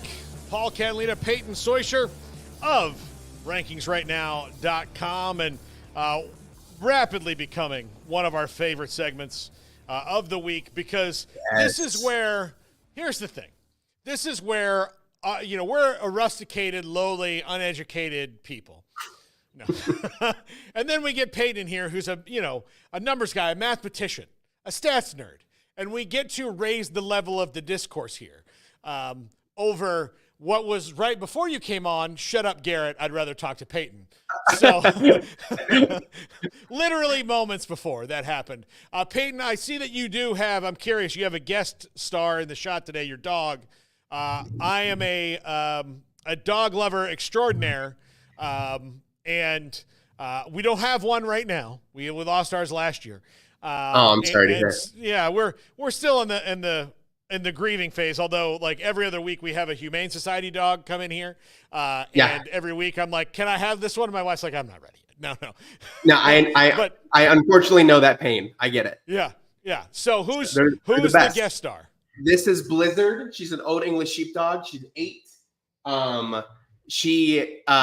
just brought her in right before because she will claw at the door the entire time I'm talking. And then hopefully while I'm still going, she's probably going to get up and claw that she wants to get out and go do something else. So for right now, she's hanging out right there. So it's all good. All right, Blizz, we're with you. Okay. Whatever you want, we're fine. We allow dogs. When we first started this show, we did it. It was in 2020. It was at the upstairs of my house. So my dog would quite often very much be a part of the show. Oh, it's because great. if the doorbell rang or like somebody was delivering something, or he would bark. Like our intern at the time would not always come right when the show started. It was depending on his work day. We had 2 or 3, but like depending on it was kind of flow throughout the week of who it was. Yeah. And so it wasn't always like right before the show started. So if they came at 3:30, 30 minutes after the show started, he was like barking and running downstairs, and then he'd come up. You know, more entertainment, way more fun. Yeah. No, he was a part of it. He was a big part of the show, and I think he was mad that we weren't doing the show there once we moved to the studio. Like, well, what am I supposed to do with my day now? Like, what? Yeah. We were doing the show. We had a podcast together, and then you took the podcast somewhere else and didn't bring me. Like, this is unacceptable. Not do the best. It's way more fun. Way more fun. So, Peyton, how was your week last week? There were a couple crazy things that happened. Namely BYU and Kansas State. That one threw a wrench into things, I'm sure. While most of us were sleeping, nonetheless. Yeah. I mean, it's at least give us a little bit of a heads up if you're going to pull off something like that. So, you're watching it at the end, you'll be like, I think I can figure out where this thing's going to go. And then you look in the morning, you're like, oh my gosh, that really did happen last night. So, and it was fun to see a lot of college football personalities also have kind of the same reaction of like, man, I wish that would have happened a little bit earlier. And it was great for BYU and what seemed like a great night game and a really cool night game environment. But that was a crazy one. Really, from the algorithm perspective, there were 2 big challenging things that the algorithm did not pay attention to, which was Mizzou barely winning in overtime. The kicker decided to aim for Kansas City instead of Missouri, as most college kickers do. That caused a big ripple because if you look at a top 10 team barely beating an unranked team, they might drop 1 or 2 slots typically, especially at this point in the year. They took a heavy fall out of the top 10. I think a lot of people, and I think of a lot of the AP poll, is kind of sick and tired right now of this whole Ohio State playing a bunch of nothing, a bunch of the top teams really playing nobody for us to evaluate on. And that just happened to be the game where they were like, we're done with this. Goodbye. We'll give someone else a chance. They'll play for a more competitive spot. And along those lines, USC didn't really drop after their game at Michigan. And that one seemed validated, right? That's a tough road game. That's a tough environment.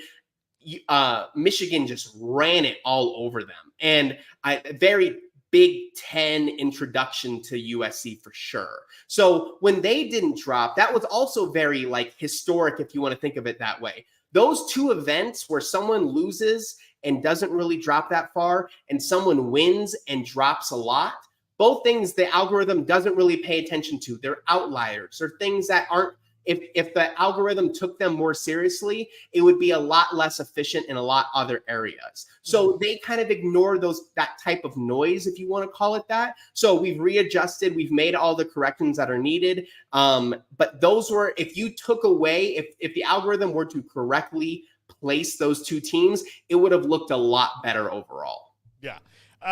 Okay. We'll start with the big boy this week, Georgia and Alabama. The projections right now, you have Georgia winning and then flip-flopping with Texas and going to number 1, and Alabama taking a 4-spot tumble to number 8. What happens if Alabama wins?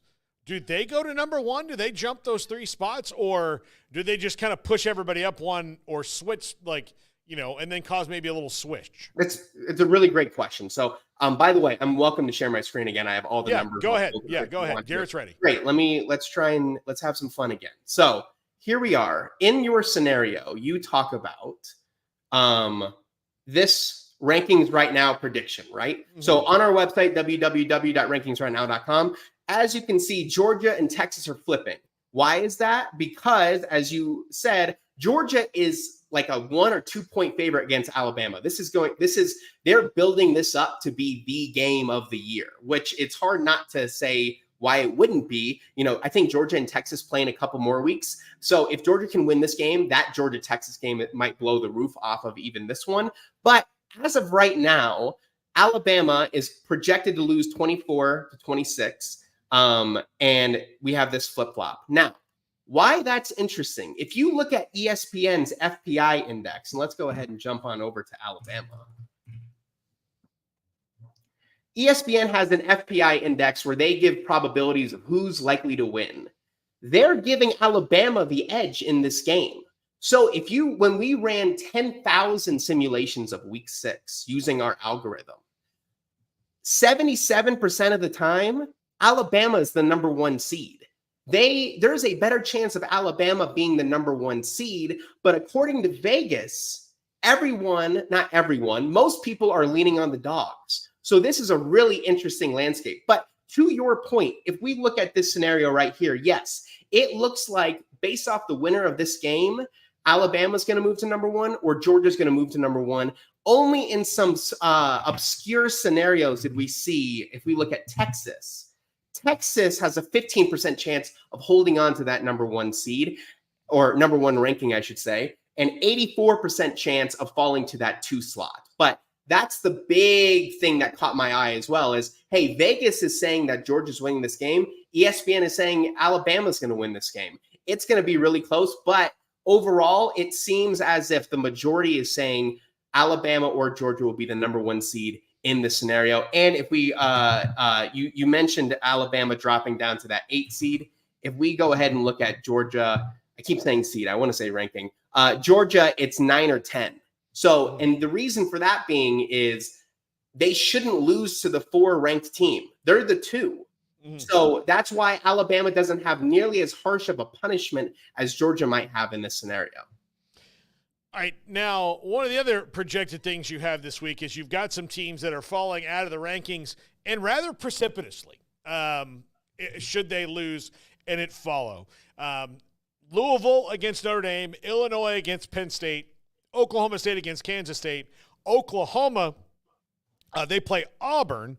So if they lost that game, but yeah, they should absolutely drop. And then BYU, who plays here tomorrow at Baylor, and you have them dropping 19 spots. Those are all kind of different opponents. Like the first 3 are all playing really good teams. The last 2 are not right now as far as the records and the schedule goes. Why such a huge drop for Louisville should they lose to Notre Dame? It's very interesting because I actually had a discussion with someone who is very close with Louisville, and they had the same reaction. How do we drop so far if we lose to Notre Dame? Like that's a competitive matchup right there. And that's because as of right now, you have Louisville that would be losing to Notre Dame that has a bad loss on the year. So that separation right there, and based off how the AP poll tends to rank these teams at this point in the year, that's the drop that's expected. If you look at his history, that's a traditional drop. A lot of, as you mentioned, a lot of those other teams, Oklahoma State, Oklahoma, BYU, that are a little bit closer to that 25 range, and they're flirting with just being in, versus someone like Louisville or Notre Dame. If you do the same thing with Notre Dame, by the way, if we go ahead and look at Notre Dame's simulation, Notre Dame is in the same exact predicament. If you look at the potential ranks, if they lose, there's less than a 1% chance, according to our simulation, that they retain that AP top 25. And that one sounds a little bit more reasonable. If you say, hey, does a 2-loss Notre Dame team belong in the top 25, where you have Army and Navy that are both 4-0, or Navy projected to win? Should they be in versus a 2-loss Notre Dame team? That's a tough argument to make. So if you look at it that way, right, where 15 and 16 are almost right next to each other in terms of their ranking status, right? If you have Notre Dame out at 16, it kind of makes sense to also have Louisville out at 15. So that's kind of the theory behind that. Everyone else is kind of too close to that 25 range, that with that loss, that kind of puts them out and brings somebody new in. Yeah, Illinois and Penn State's a very interesting game to me. What would it mean if Illinois rolls into Happy Valley and upsets the Nittany Lions? So right now, if we have, based off of our 10,000 simulation runs, if Illinois can beat Penn State, which you see right there, ESPN's giving them a 13.75% chance to win this game. Not likely. So if they can overcome those odds, every single simulation that we run has them at least in the top 13 A top 10 finish is looking at 42%. So you're getting close to a 50-50 shot that they become a legitimate contender for a top 10 spot, and definitely a legitimate contender for those top 12 spots overall for the college football playoff. This would really put them on the map. They had that great game against Nebraska, and that kind of upped that hype a little bit. It kind of took the gas out of Nebraska. Penn State, on the other hand, can really take advantage of this win. Penn State kind of needs a little bit of a resume booster right now. Because Illinois won that game in Nebraska, this puts Penn State in a perfect spot to take advantage of a ranked win right now. So I don't believe if we look at Penn State's simulation analysis, Penn State doesn't have a lot of room to move up just because Georgia and Alabama, you have two Titans that are going to clash, and one of them might knock the other one further down. But other than that, there's not that much room for them to move up. All of those other teams either aren't playing anyone this week. I don't believe Tennessee has a game this week, or they're just projected to be a heavy favorite. So there's not going to be a lot of room to move up. So, but they can definitely take advantage of becoming an 8 or 7 seed. That's not unlikely. So they really need to take advantage of this scenario.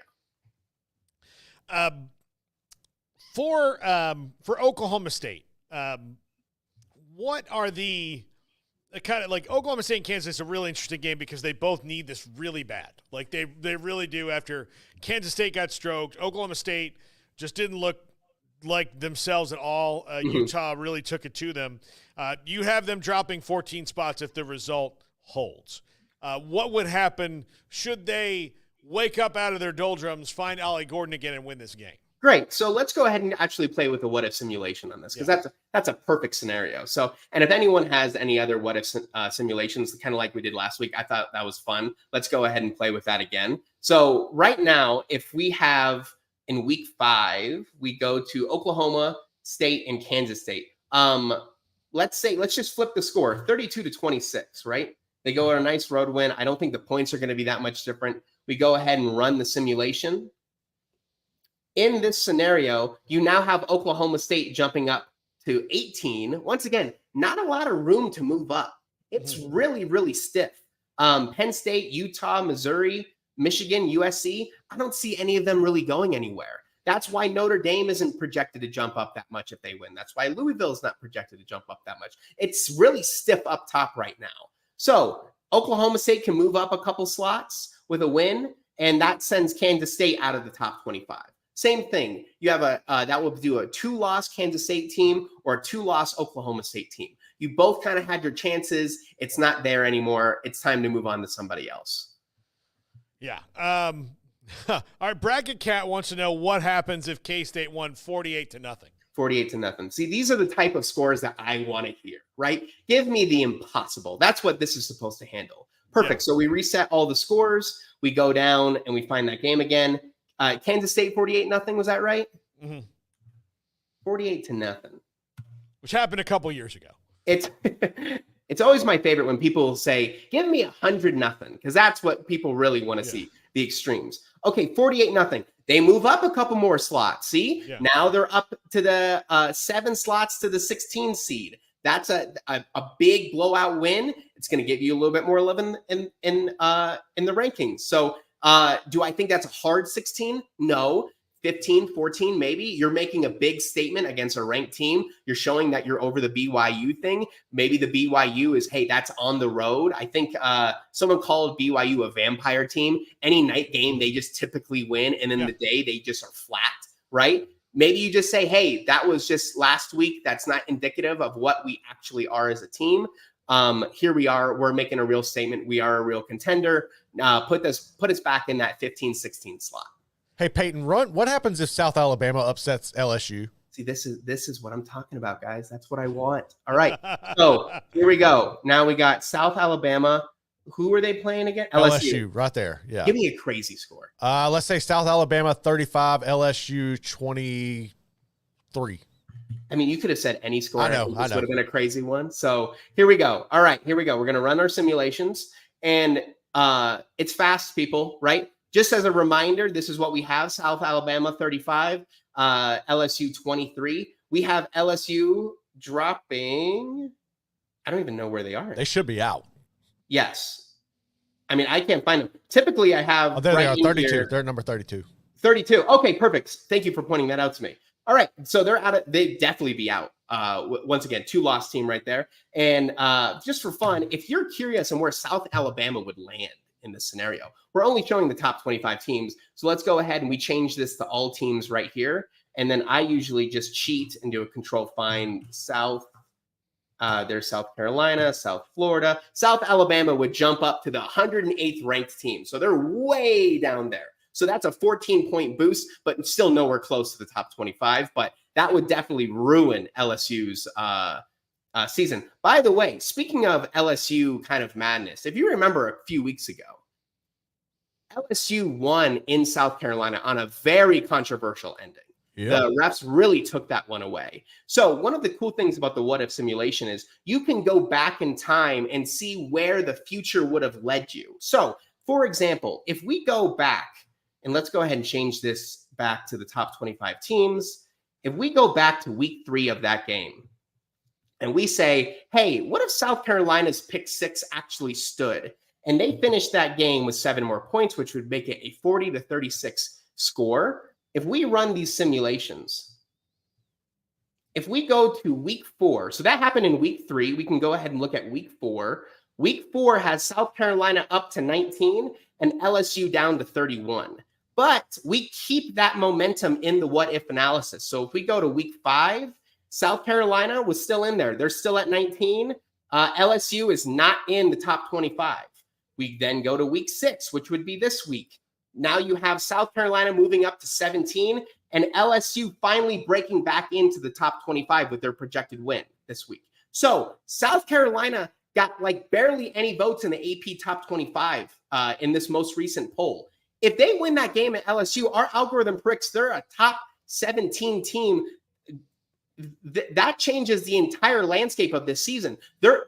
South Carolina's crawling to get back into this. They're begging to get back into this on what very easily could have been a game winner that they had against LSU on that big upset. And LSU is not nearly in the position that they are right now, right? If we go back to this is having them just now ranked at 22 and getting some love back.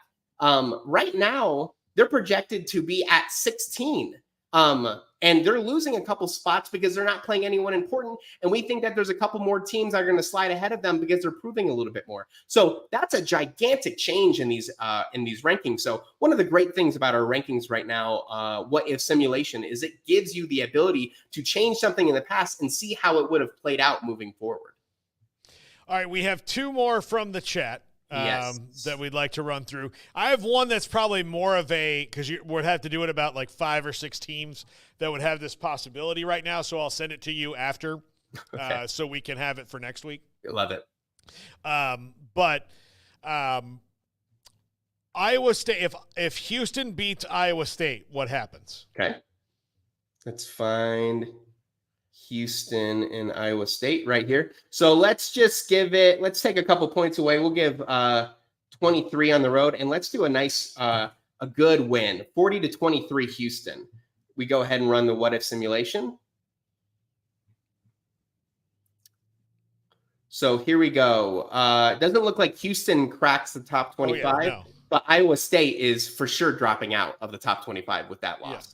Yeah, down to number 34. Yeah, okay, yes. There we go. Okay. Yeah, all right. And then the last one is Pitt is currently 4-0. What has to happen for them to get ranked? That's a great question. So that's actually better suited for this. And we have this in our newsletter. I post everything. I'm going to integrate this into the website here soon. But if we look at Pitt right now,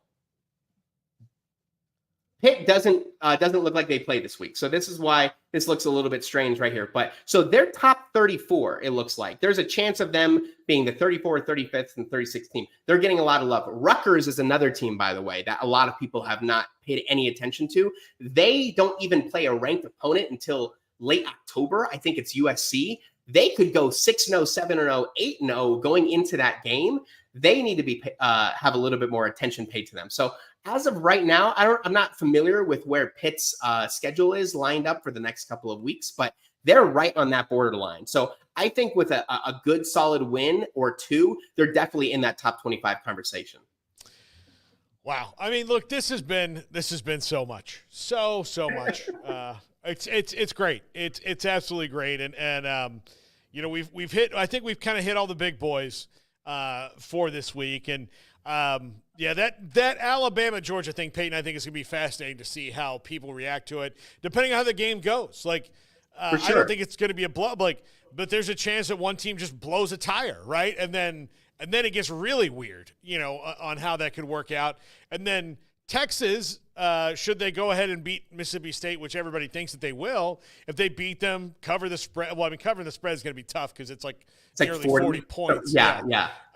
But if they cover that spread, say they do exactly what Vegas thinks they'll do, cover that spread and beats Mississippi State by 40, as the number one team, they could still drop because number 2 and number 4 played each other, and one of those teams is going to jump up by benefit of having played a better team. And Texas has the win over Michigan, which is still ranked, but and they weren't tested in that game, so it's weird to see how people will balance out all that information. There's two things to really keep in mind. One is these are people, right? Yeah. When you are a person, you tend to value information that you saw more recently more valuable than things you saw in the past. Oh, that wasn't really real, right? But if you would have asked somebody 2 weeks ago after that Michigan and Texas game, you'd be like, Michigan is nothing, right?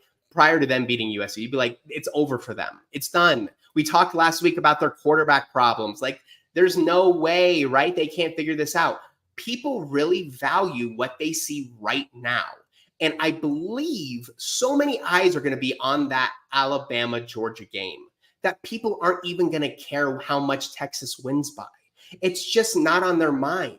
I don't have the data to prove this yet. I haven't dug deep enough into it yet.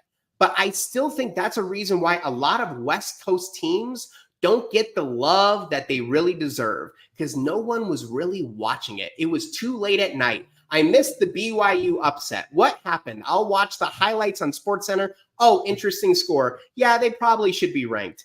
I really do believe it's just being a person. So you have to evaluate these things on a case-by-case scenario and really say, what were people feeling in that moment? And as you mentioned, if it is just an absolute brawl and it comes down to the last second, maybe they don't really, who knows? Maybe they say 1 and 2 Alabama and Georgia. That's it. We know what we saw. Those are clearly the two best teams in the country. Or maybe, like you say, someone just comes out flat and wasn't ready for the hype. And we have a new era without Nick Saban, right? Does that play into effect where if Alabama does not come out and say, that's not what we're used to seeing, that's not a top 5 team, they shouldn't even be in the conversation. It could be worse than 10. So you just have to feel of what are these people really evaluating and how are they evaluating it right now and not taking the full context in the picture. Peyton Soysher, rankingsrightnow.com. Go sign up for your account. You can, free, everybody. It's free, or you can pay. There's more like the more you pay, the more cool stuff you get to do. So yeah, exactly. And thanks to Blizzard for just being chill this whole time. Just wanted to be a part of it. Like that's the best. How can you say no? Yeah, God love dogs. God, just absolutely do it. But Peyton, we'll talk to you again next week, buddy. Awesome. Thank you for your time, Paul. All right. Peyton Soysher, rankingsrightnow.com. Go to that website. Garrett, I have spent a lot of time on this lately. I would get lost on this. Yes. Yeah. It's yeah. I mean, again, create an account. It's free. I mean, like, you know, that way you can just go and use all the features and all that. So, yeah, it's great. When we come back, I'm telling you, this is going to happen. I'm going to put it out in the universe. And I'm going to say it. Future podcast co-host. I don't know what our podcast is going to be about. It may be about college football, maybe not. But I can tell you that there's a future in which Kenneth Davis and I are hosting a podcast together. I'm not leaving anything. I'm just saying, adding to my list of podcasts, it's going to happen. It's too good not to. It's too good not to. And if we could do one episode from Gibson's in Chicago, one of America's great steakhouses. I mean, you get like a ribeye the size of your chest. It's unbelievable. And pie, like when they bring a dessert, like you can either buy like a slice of the pie, which is gigantic, or they'll say, listen, for like $5 more, we'll just give you the whole pie. And you're like, whole pie. We did it. We got each of us, because we had, I'll tell you this story and then we'll go to break. We were in Chicago for the NFL draft, which is the favorite city I've been to for the NFL draft because I love Chicago so much. And you'll hear us talk about it at the end of the thing. But we're in Chicago for the NFL draft. The City of Chicago Sports Commission is amazing. Like anytime there's an event, they just roll it out. They want the media. They take care of the media. So for the draft, they gave us all these gift certificates to these like really high-end Chicago restaurants. And we thought initially that the gift certificate was like, oh, here it is. No, it was all like a $1,000 gift card for everybody. So you could go, it was ridiculous. So we all went to Gibson's and used our gift cards. And the guy comes back and says, listen, this is how this works. This is all in the Chicago Sports Commission. They're picking up this is, you're not paying anything. We still dropped some cash for the guy because it still didn't make sense to me, but so he's like, do you guys want desserts? And we're like, yeah, I'll have a slice of this and a slice of this. He's like, just get the whole thing. Believe me. How long are you here? Like 2-3 more days. And they're like, 2 more days. He's like, no, okay, we'll do it up. And then we had sports bar gratis. It was the best place we ever got to do anything. We had to go up a day early to travel. They set us up at a sports bar to do our show. And then the sports bar, because we said, hey, we need a place to hang out because we have to check out of our Airbnb, but our flight's not until 3 o'clock. So can we come and hang out here and put our luggage here? And they're like, we'll put it in the boss's office. Here you go. They brought Lance Briggs. What? Yeah, they brought Lance Briggs to the show that we did that day. It was amazing. It was awesome.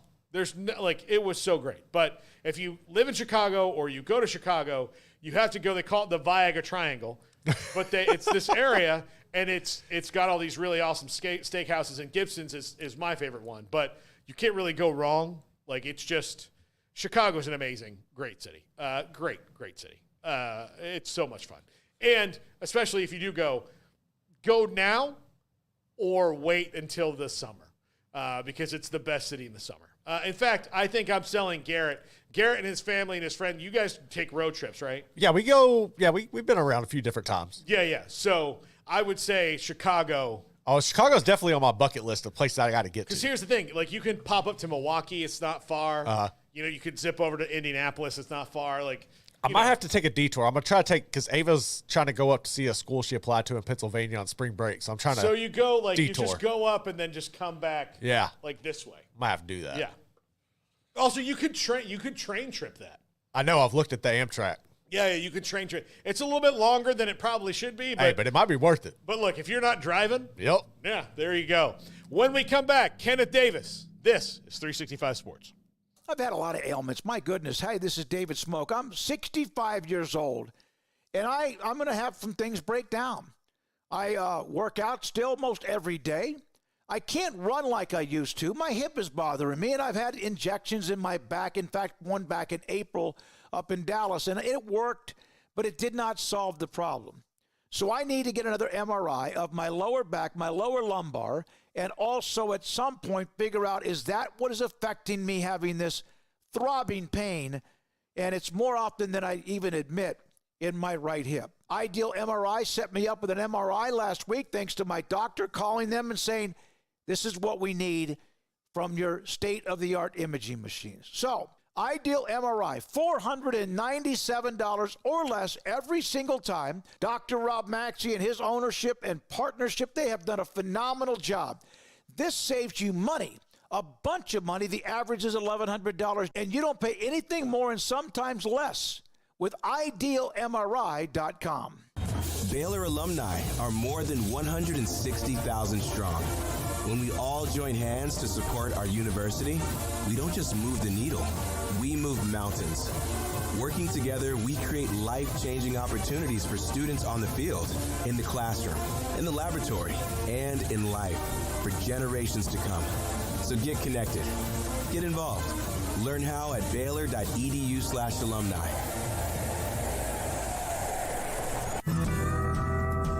Midway Athletics Analytics and UBO Business Services are two names that exude winning. From Midway's top Central Texas Star test scores to college-like extracurricular facilities and UBO Business Services industry-leading customer service scores, you can trust in these two winning programs. Best of luck to Coach Joe Gillespie and the Midway Panthers. And look at your sticker on your office equipment. If it does not say UBO, call Midway Class of 2020, Duff, Daxon, Dane, or Sean Hunt at 254-709-2101 or ubeo.com. Our good friend Brad Boozer, Boozer's Jewelers here at 365 Sports. Now, Brad, people who watch and listen to our show know I'm a double-time customer for you, engagement ring and wedding band, and you guys do that great, but that's not all you do at Boozer's Jewelers. Absolutely, and I always like to say, it's a new year. It's a great way to start the year out. Go through your old jewelry. Go through your wife's jewelry box. Go through anything you're maybe not wearing, something that's broken, something that you're not using. We do a massive amount of custom work. We can take your old jewelry, old diamonds, old watches, and we can convert it into something special for you and make a one-of-a-kind piece of jewelry. And if that's not something you're interested in, a great thing is we can turn that into cash. So we buy gold, we buy diamonds, we'll buy Rolex watches, any kind of heirloom jewelry, anything that's maybe passed down to you. Boozer's Jewelers, where do they find you, Brad? We're at 1025 North Valley Mills Drive, right on the corner of Lake Air Drive and Valley Mills with the big clock on the corner.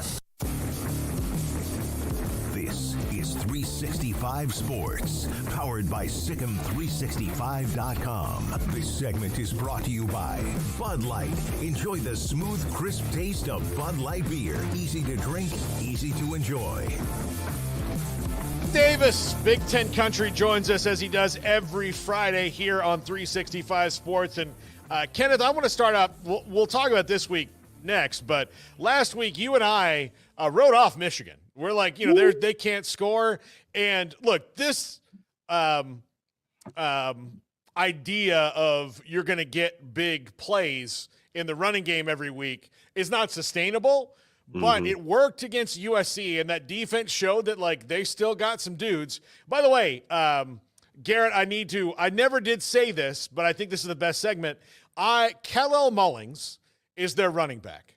And so for 48 hours, it bothered me that I have never heard of anybody named Kal-El except Superman, right? But, so I looked it up, and I was like, okay, did the Superman creators steal this from some other, thing? Was it, all this? So, no, you look up Kal-El, and most people who name their kids Kal-El are Superman fans.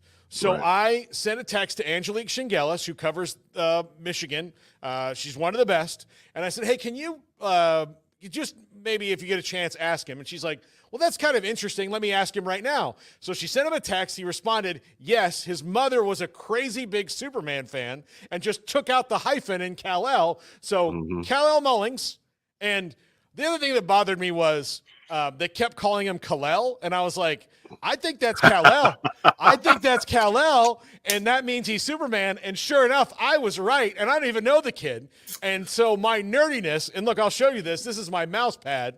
Okay. My nerdiness paid off for once, and I know of anybody that we're going to talk to on this show, Kenneth, you would appreciate nerdiness paying off.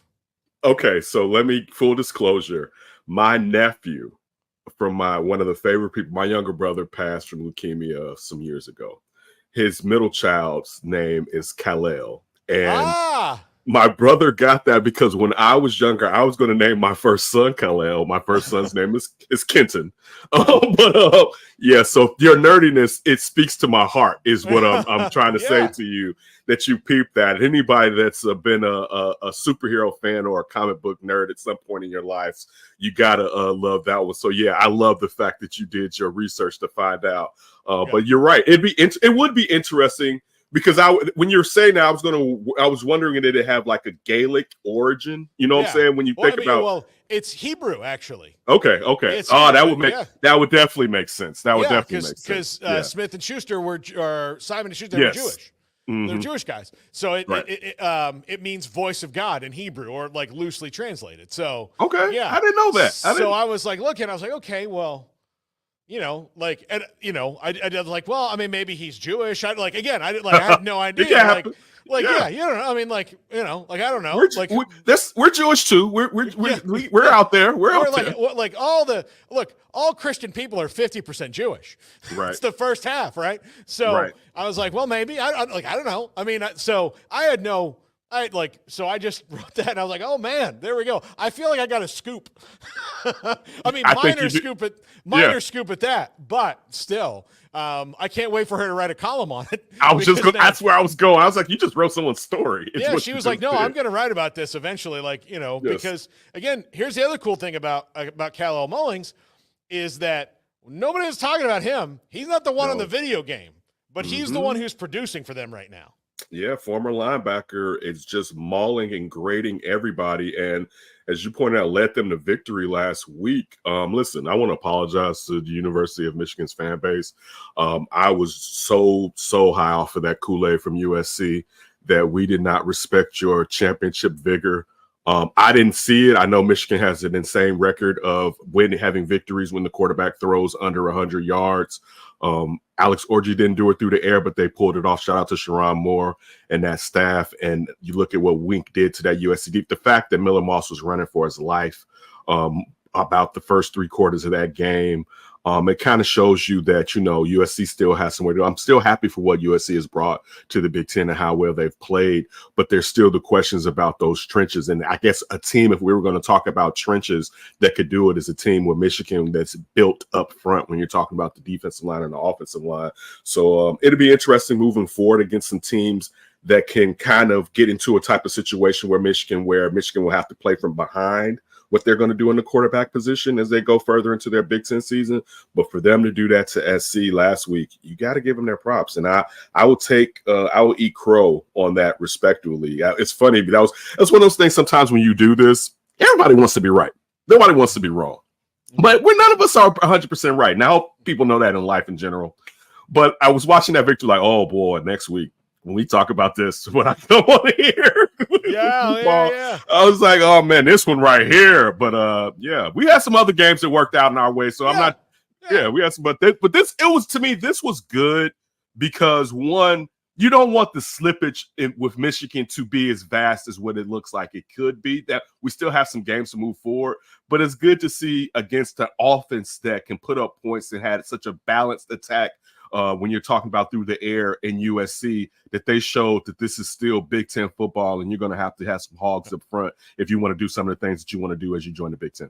You know, watching that game last week led me to believe that they can muddy the water on offense. Like, they're not going to throw the ball, but like it's kind of maybe like Iowa plus because they're going to have better athletes. But if they can Iowa plus it for a year or so until they get a quarterback, and I don't think it's going to take Sharon Moore a long time to get a quarterback. Recruiting one, and then next year in the transfer portal, there's going to be somebody that's like, I can go to Michigan?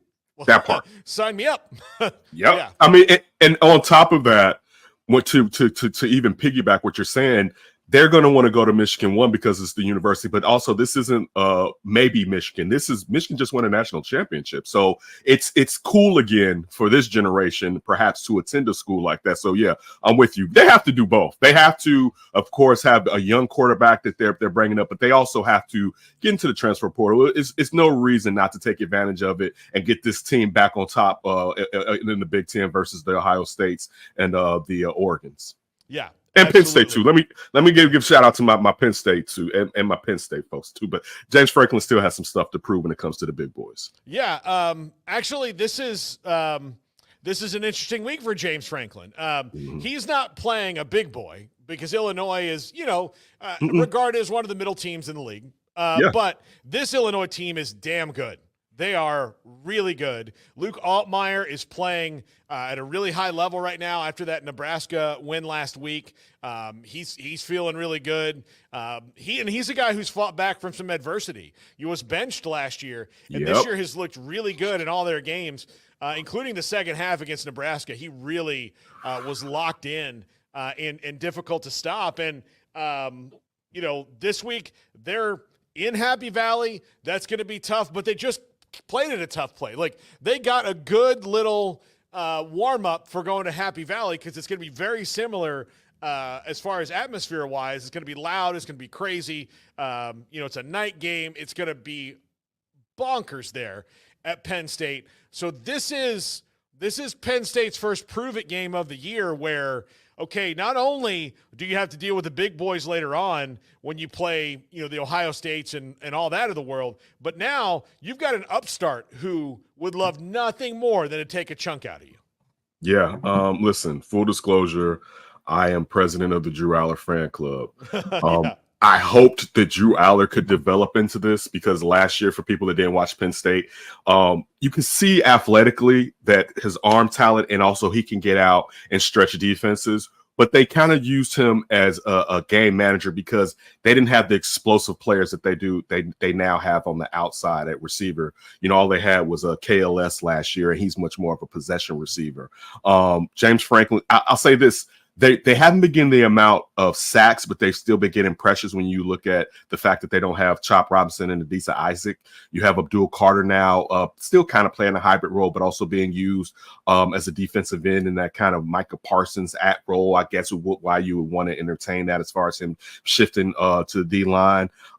Listen, last week how I came over here, I raved about Illinois. You and I both talked about, Luke Altmaier. You mentioned his days at Ole Miss and the benching for Paddock. And Paddock came in and lit it up last year. That was one of the questions when we had guests on. We had Jeremy Warner on a couple of times. He comes on for us to talk about Illinois. And we talked to Brett Bielema this year, actually. And the biggest question was, how was Luke Altmaier going to act after being benched? He has far exceeded expectations, my expectations. I'm talking about their expectations, and stepped into that role and has been the leader, but also the determining factor offensively, where this isn't a game manager. This is a guy, when Paddock was kind of a swashbuckler out there last year, and Luke Altmaier is playing in that way. You mentioned last week in Lincoln what they did. That's, as you said, that's not an easy place to play when this is really the first time, or maybe the second time this season since they've had two ranked opponents, but the nation is watching. That's a Friday night game. So the nation was watching them last Friday night. I know you said Smokey was down there. I wonder what did he enjoy the experience or whatever. Yeah, he had a blast. But okay, as a Nebraska fan, he left happy and sad. I knew. I figured. I was like, oh man, that's got to sting. But I needed that victory. For Illinois nationally, because you look at this week against Penn State. They're probably not going to win. I think they will give Penn State a nice run for their money because you're talking about a team the defensive backfield, the Mosses are out there. You look at what Alec Bryan can do and the pressure that Illinois can put on defenders. You look at the pressure that they did to Dylan Raiola late in that game, where they basically took him out of that game. And there were some plays where Dylan Raiola was showing you why he was so highly touted just from how he moved in the pocket. He was taking a couple of steps away and slinging that ball in a veteran fashion, but still Illinois was able to mount a comeback and to take that game over. It's not going to be easy for Penn State, but I don't. When you look at what Drew Aller has as far as the running backs with Singleton and I forget the other running back that they have back there named their two-headed monster. You look at the tight end; they just have a lot. You know what I'm saying? So it's too. I think this is where the rubber meets the road for Illinois. I don't know as far as if I have the spread when it comes to Penn State's victory, but I definitely have Penn State beating Illinois because Penn State is that school. When you look at the fact of what they have as the talent, the true question now is, can they overcome what they couldn't in the past when you're talking about the bluest of the bloods in Ohio State and of course it was Michigan, but now we're looking at it being Oregon this season. That's always kind of been the question, but now at the playoffs they may not have to, but I think James Franklin should still want to. Their offensive coordinator has been doing it up coming over from Kansas. I think one of the questions for them is Tom Allen, the defensive coordinator coming over from Indiana. The defense hasn't, it hasn't been all the way there, but I'm looking forward to it. Andy Kotelnicki is the offensive coordinator that came over from Kansas, who's probably going to end up being a head coach, if not this year, next year, with what he's doing with Drew Aller. But they still kind of miss Manny Diaz, who left them to go be a head coach of Duke this year. But yeah, I definitely have Penn State beating Illinois at home. I think it'd be different. I still probably would take Penn State because last year was kind of one of those first games where Drew Aller you could see they had the shackles on him, but they still won. Where he didn't score a touchdown. He had a decent game, but it was much more of a game manager. He's not a game manager. He is that guy. And I think he's going to do some nasty things when it comes to the Fighting Illini. Yeah, I think it's going to be a really fun game because I think Brett Bielema likes these kind of things. You know, he likes these kind of things. And but yeah, this is the test because then, you know, you've got if you're Penn State, you got USC in a couple weeks. Like that's going to be a really fun one. And then a couple weeks after that, you have Ohio State. So those are your big boy games right now. Like you've got your three big boys like every other week here. You've got the upstart, you've got a big boy who's a newbie in your league. So you have to kind of like, you know, hey, you know, this is our place kind of a thing. And right. Then you've got to finally deal with Ohio State in a year where, like, the last time they beat Ohio State was really good, but that was not an Ohio State championship caliber team. Like, taking down this Ohio State team in the regular season would be huge for Penn State and their seeding and putting them possibly in that Big Ten championship game, a place they have not really visited. Yeah, I think this is in the middle of tough schedules. Like you said, nobody thought Illinois was going to probably be that tough, except Brett Bielema. And you point out at USC again. I have them beating Wisconsin, and I'll say this too: that Wisconsin defense is moving out there. I know a lot of people they got beaten by Alabama, but that defense showed some speed. It could be a rough patch. I don't know if they beat Ohio State because Ryan Day has all the weaponry, and you look at what Chip Kelly's doing with the physicality that he's bringing to that run offense, something that Ohio State's kind of been missing since Urban Meyer's been there, and it kind of deflates the opposing team and it abuses them as far as the wear and tear. I would love, being that Penn State is probably my favorite Big Ten school at this point right now. I would love for it to happen, but I wouldn't put my money on it as of right now, even and particularly depending on if Ryan Day doesn't play conservative like we've seen him play conservative against Jim Harbaugh Michigan teams the last couple of seasons. Yeah. I'm sure that he wakes up in the middle of the night going, why do I do that? Like, why do I do that? Like, why do I do that? Like, every other game, I don't do that. And then I get this one, and then I do that. Yeah. Right. Yeah, no, with the weapon. I was so mad at him last year when you look at what he had with the Mecca and Marvin. And it's like, dude, you have a prerequisite of weapons. Exploit, like, put it on the line. If you lose on your sword, you know, like go out on your shield. Like, don't sit there with these. I can understand a school that doesn't have those weapons playing it safe because you don't want to turn over the ball. But why are you recruiting these kids if you're not going to put them out there to take on a school that talent-wise, until the last couple of seasons, you had more talent? Clearly, you may have had more talented skill positions even last year, but as you pointed out, you got conservative when that's not the time. So, yeah, I'm sure he wanted to get back at Jim Harbaugh and he didn't get his opportunity. So hopefully he takes it out on Sharon Moore if you're an Ohio State fan. Yeah, I think about Swingers when he's like, "You're like a bear, man. Like, you got the claws, and how do I kill the bunny? How do I kill the bunny with these claws and these fangs? You're like a bear, man." Like, yeah, exactly. Yeah. To Ohio State this week, they have an interesting one. Michigan State clearly has taken a step forward under Jonathan Smith, which anybody who's watched Jonathan Smith's coaching career should not be surprised that they're seeing immediate dividends and they're playing cleaner football and better football. Now they have injuries. The talent deficit on this is tilted. They're going to win. Michigan State, while they do have some talent, they have some good players, they're going to win on gumption most of the time and good coaching. This week they better have a lot of gumption if they want to knock off Ohio State. A lot of gumption. Yeah. I don't know if there's that much gumption in the world. Listen, Aiden Childs is turnover prone. You just think about there's no holes. Like, the thing is, when you talk to reporters at Ohio State, and you know they don't want to be seen come off as arrogant, but there's really truly no holes when you look at that Ohio State team with all those players that returned on there from the front four, and then you go back to the back five.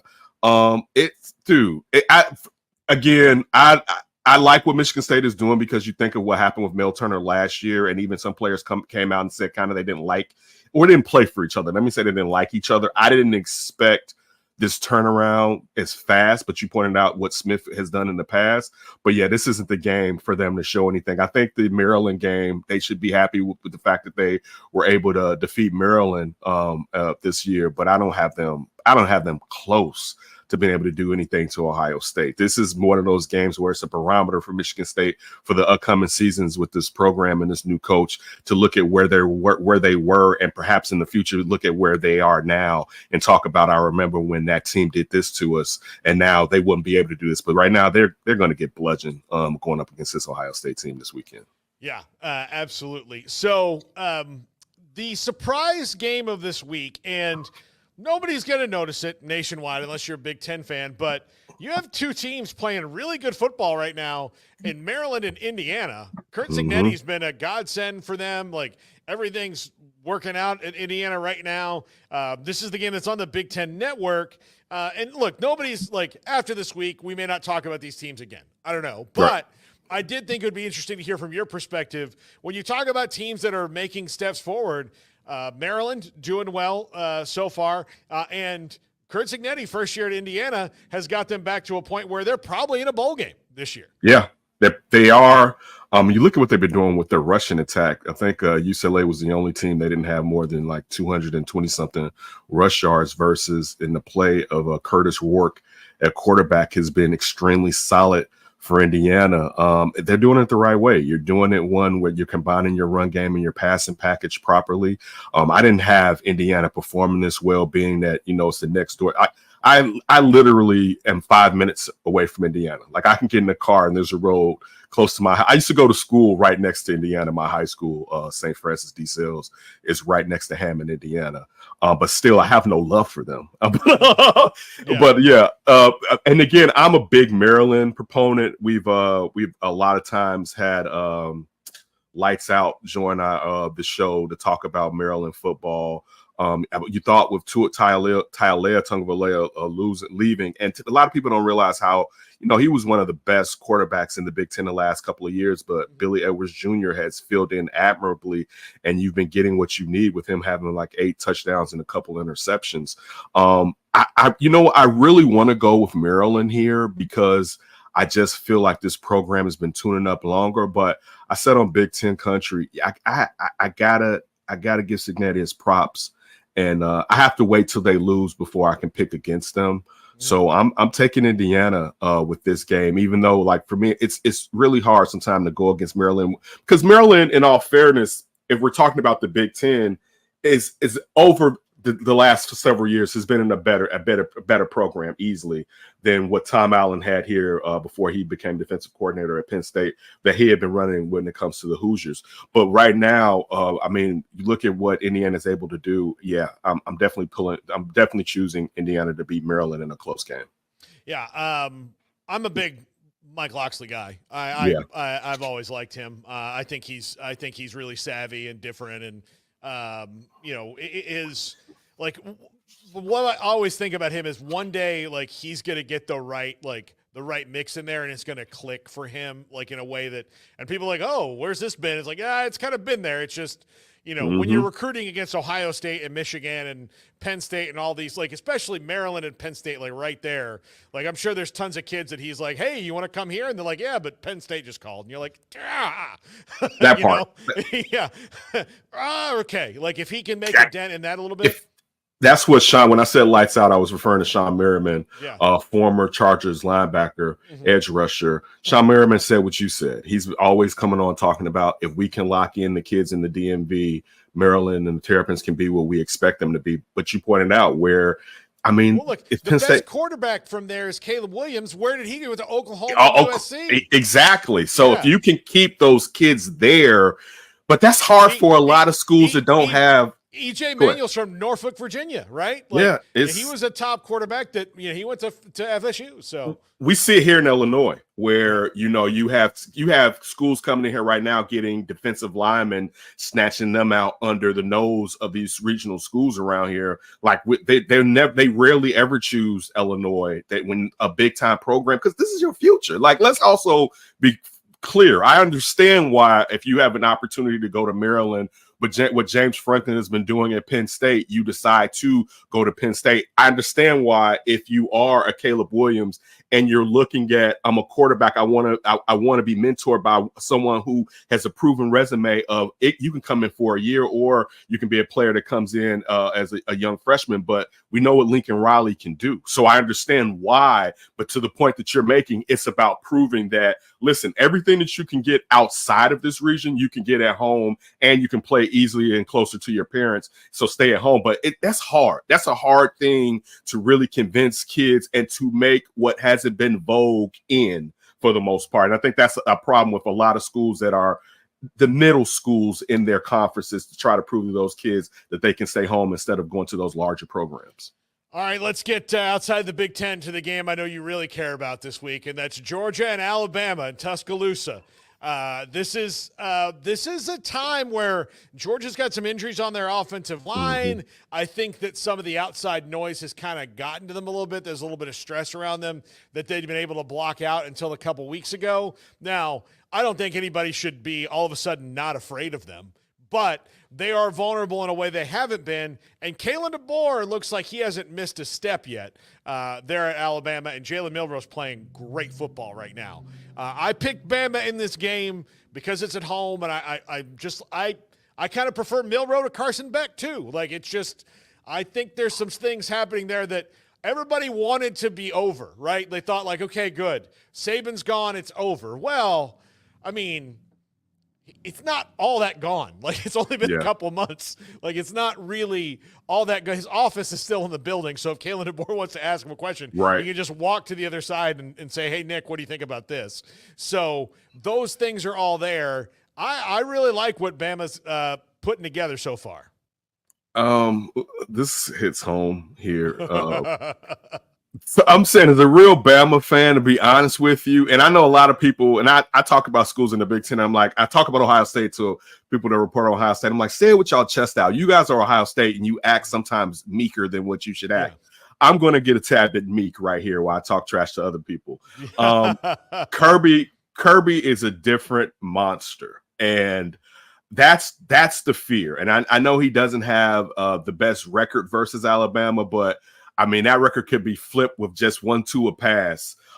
So like it's crazy. Of course, I'm a Jalen Milroe fan, but let's not forget the accuracy and the arm talent that Carson Beck has. You look at the fact, though, with Jalen Milroe, I think almost 30% of his passes are over 20 yards, and this is from someone who's looked more as a dual threat quarterback. So we know he can get it done through the air from the fourth and Milroe last season.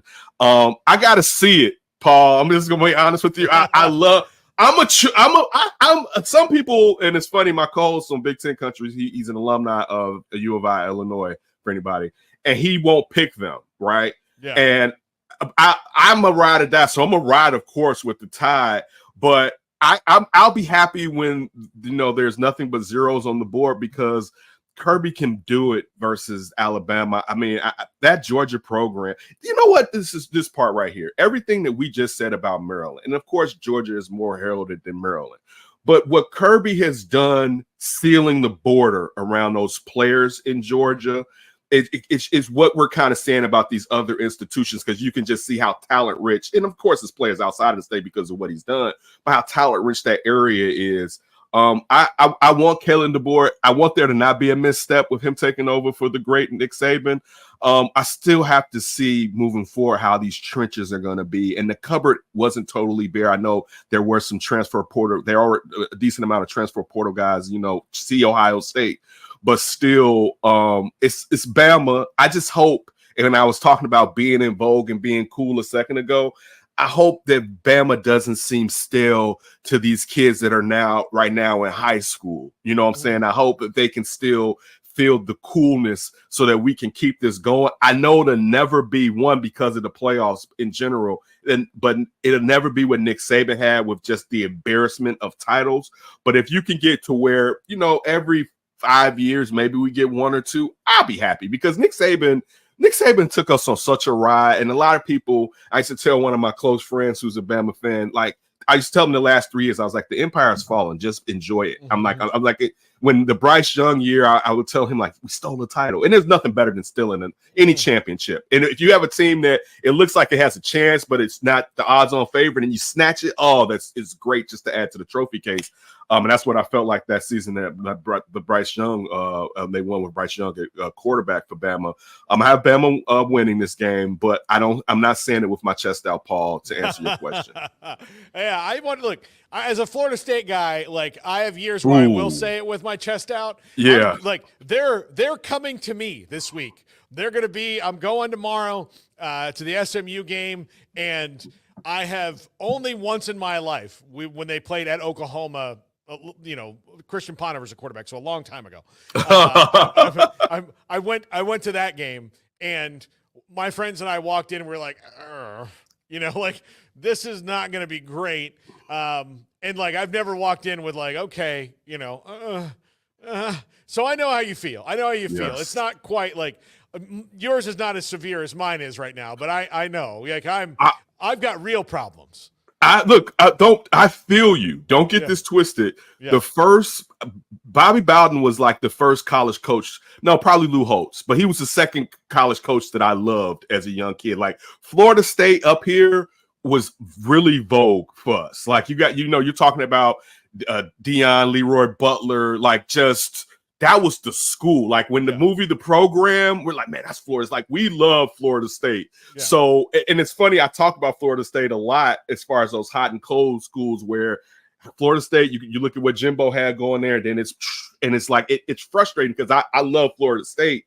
So I know exactly what you're saying, that you can't say it, with your chest out. I feel sorry, and I don't mean this in a pandering manner, because that's one of those programs that you just wish could sustain something for an extended amount of time. And you look at where it looked like they were going before the quarterback got hurt last year, and it kind of rang true when people was like, you don't deserve, quote unquote, to make it when the quarterback's not there. Then this year you're on your face again. And I feel like if you're on the outside, you just don't know that this kind of just happens with Florida State, unfortunately, since the waning years of Bobby Bowden, that it just hasn't been a consistent program. But I hate it because to me, that was college football as a young kid of Florida State. But so I feel you on the Florida State. No. You have no idea how many people I went to college with from the Midwest. Like, okay. And it's because one of my best friends in college, DeMarco, Chicago, like, born and bred. Like, I watched many of if the Cubs or the Bears or somebody were on, we'd sit out and watch them. I watched many a sad Bears game with him. Sorry, apologies. Yeah, it's funny, and you do the Bears podcast as well. It is funny because I think your city is the best sports city. Like, there's no one in the world, that has the most engaged, knowledgeable sports fans on every sport. Like, you don't go to games in Chicago and then you've got casual fans. Like, oh no, yeah. Like, when you walk in, you're the casual fan. Even though I'm a crazy sports fan, right? I'm now casual compared to these people. No matter where I am, if you're going to open a sports bar, before you do that, you should go to Chicago and drive around and figure out how they do it before you come back, because that's I've never been to a bad one in Chicago ever. It is, and they appreciate they appreciate sports outside. They just love it, and I think it's the definition of what I think that's what ties the city together more than anything. Is we hate the cold, but we're gonna be here. We don't mind, and no matter what, we're gonna lock arms for the Bulls or the Blackhawks, or we'll argue about the White Sox and the Cubs. We commiserate with the Bears, and we feel that as a city all together. It is one of the best summer cities, and they should probably pay. It's one of the best summer cities in this country. We sit on a midland ocean. You can call it a lake. It's a midland ocean. And I don't stay far from the lake. It's one of the prettiest things. Our downtown. I used to watch. I forget his last name from No Reservations. Tony. I can't remember. Thank you, Anthony Bourdain. Thank you so much, Paul. Anthony Bourdain would always say that it's the second metropolis. It's just us in New York City, and we're cleaner. Again, you watch on the news, and it seems like it's crime ridden. I live in the urban environment. This is not what you see on the news. It's a very good, nice city to visit. But what you said, your point, I'll say this. We're upset about some of the owners' decisions here. But as far as the in-game experience, and I'm not trying to take shots at anybody because I love the fact that they're good fans everywhere. I went to a playoff game in Indianapolis, Bulls versus the Pacers, right? And you could tell Michael Jordan had beaten on those fans so much, they didn't believe that me and my friend were from Chicago. They just thought we were Pacers fans in Indiana that became Bulls fans, because you know how that can happen when you grow up, right? And even though it's like, I love Reggie Miller, so I wouldn't, if I grew up in Indiana, I would have been a Pacers fan. Yeah. But I was telling the fans, like, come look at my state sticker and my city plate. I'm from Chicago. And they were so kind and nice, even while talking trash. But the point being, I was talking to some of their fans about the in-game experience. And the thing about, and you know this, when people take sports seriously, and I'm even meaning this from owners, you're upset, the in-game experience to keep you attached to the game, it's just at the United Center is crazy. Like, the team can be bad, but there's still things that are going to keep you engaged. And as you talked about, just the sports knowledge, the history, you can go and learn something, even being a Chicago resident, with somebody older than you telling you about something that happened in the 60s and 70s. And like you said, it brings us together. Like, I go out on the streets and people want to talk to me because they see me occasionally on talking some Bear stuff. And it's a beautiful thing. I think that's what's in general with sports, Paul, is one reason that we love it so, because, and it's like funny, and for anybody that has kids out there, and kids kind of live in this a la carte microwave world where they don't have, their attention span has been warped. That's just how it's been warped. So the amount of time it takes to really get into sports, sometimes they don't have it. But one reason I always tell my son, like, sports is an open avenue to get to know anybody. Like, and that's to your point, as far as here in Chicago, sports will get you to somebody you would think you would never talk to, and you guys can have the longest conversations just bonding, talking about sports. And that's I think one of the main reasons why people like us end up doing things like this, because it connects us, one, to the past. It connects me to my dad, but also it's just one of those things that you love and that you enjoy. Yeah, absolutely. Kenneth Davis, Big Ten Country. Love it every week, Kenneth. We'll talk to you next week. See you. Guys, have a good one. All right, there we go. Next up, Josh Neighbors.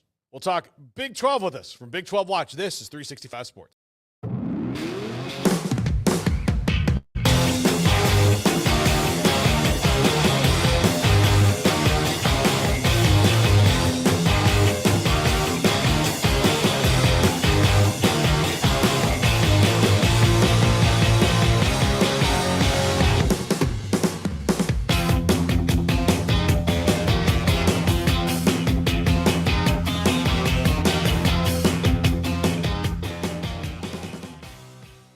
If your business is like most, you need things done quickly. But if you're still tying your critical applications together on multiple shared public networks, you've probably been feeling the slowdown. And that's no good for business. A private UPN fiber network can get you and your business moving at the speed of light. Whatever you need, we can build it. Internet, Metro Ethernet, Waves, dark fiber. We deliver custom private networks and are focused on business customers only. Our next generation 100% fiber optic infrastructure offers you low latency and ultra scalable bandwidth with speeds up to 100 gigabit to run your critical applications. Your connection won't be limiting your performance anymore. It's diverse and scalable, so it can grow and change as your business grows and changes. And with a secure carrier-grade private network, you'll have all the reliability you need. Contact UPN today to learn more. Fast just got faster.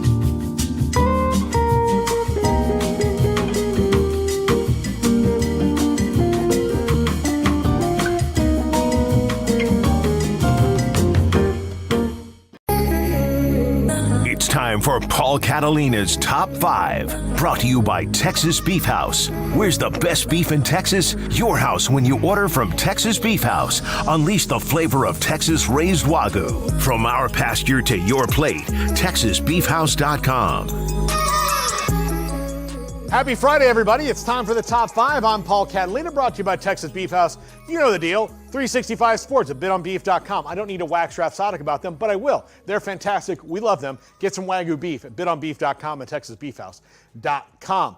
Top 5 new hot seats. Now, these are not old hot seats. This is not Billy Napier and Sam Pittman and Dave Aranda and everybody who went into the year on a hot seat. These are new ones that have popped up in the first 4 weeks of the season. Number 5, Mack Brown. Now, I would not call this a hot seat per se, but I do think it is pointing in the direction of Mack Brown retiring either at some point this season to give Freddie Kitchens a chance to establish himself as the head coach, or retiring after the year and giving North Carolina a chance to hire another head coach to hit the ground running there. Jamie Chadwell, just do it, Jamie Chadwell. I'm going to keep saying it until it happens. I'm going to put it out in the universe until the universe listens back. But the college football world has changed. Mack Brown is 73 years old. He owes nothing to anybody. He doesn't have anything else to prove. He's one of the all-time greats in this business, and he deserves to go out calmly and peacefully. So I do think that the seat might not be hot per se, but I do think Mack Brown is probably in his last year of coaching, and certainly in his last year of coaching at North Carolina. Number 4, Hugh Freeze. I know this is an Ole Miss gif. I couldn't find one for Auburn.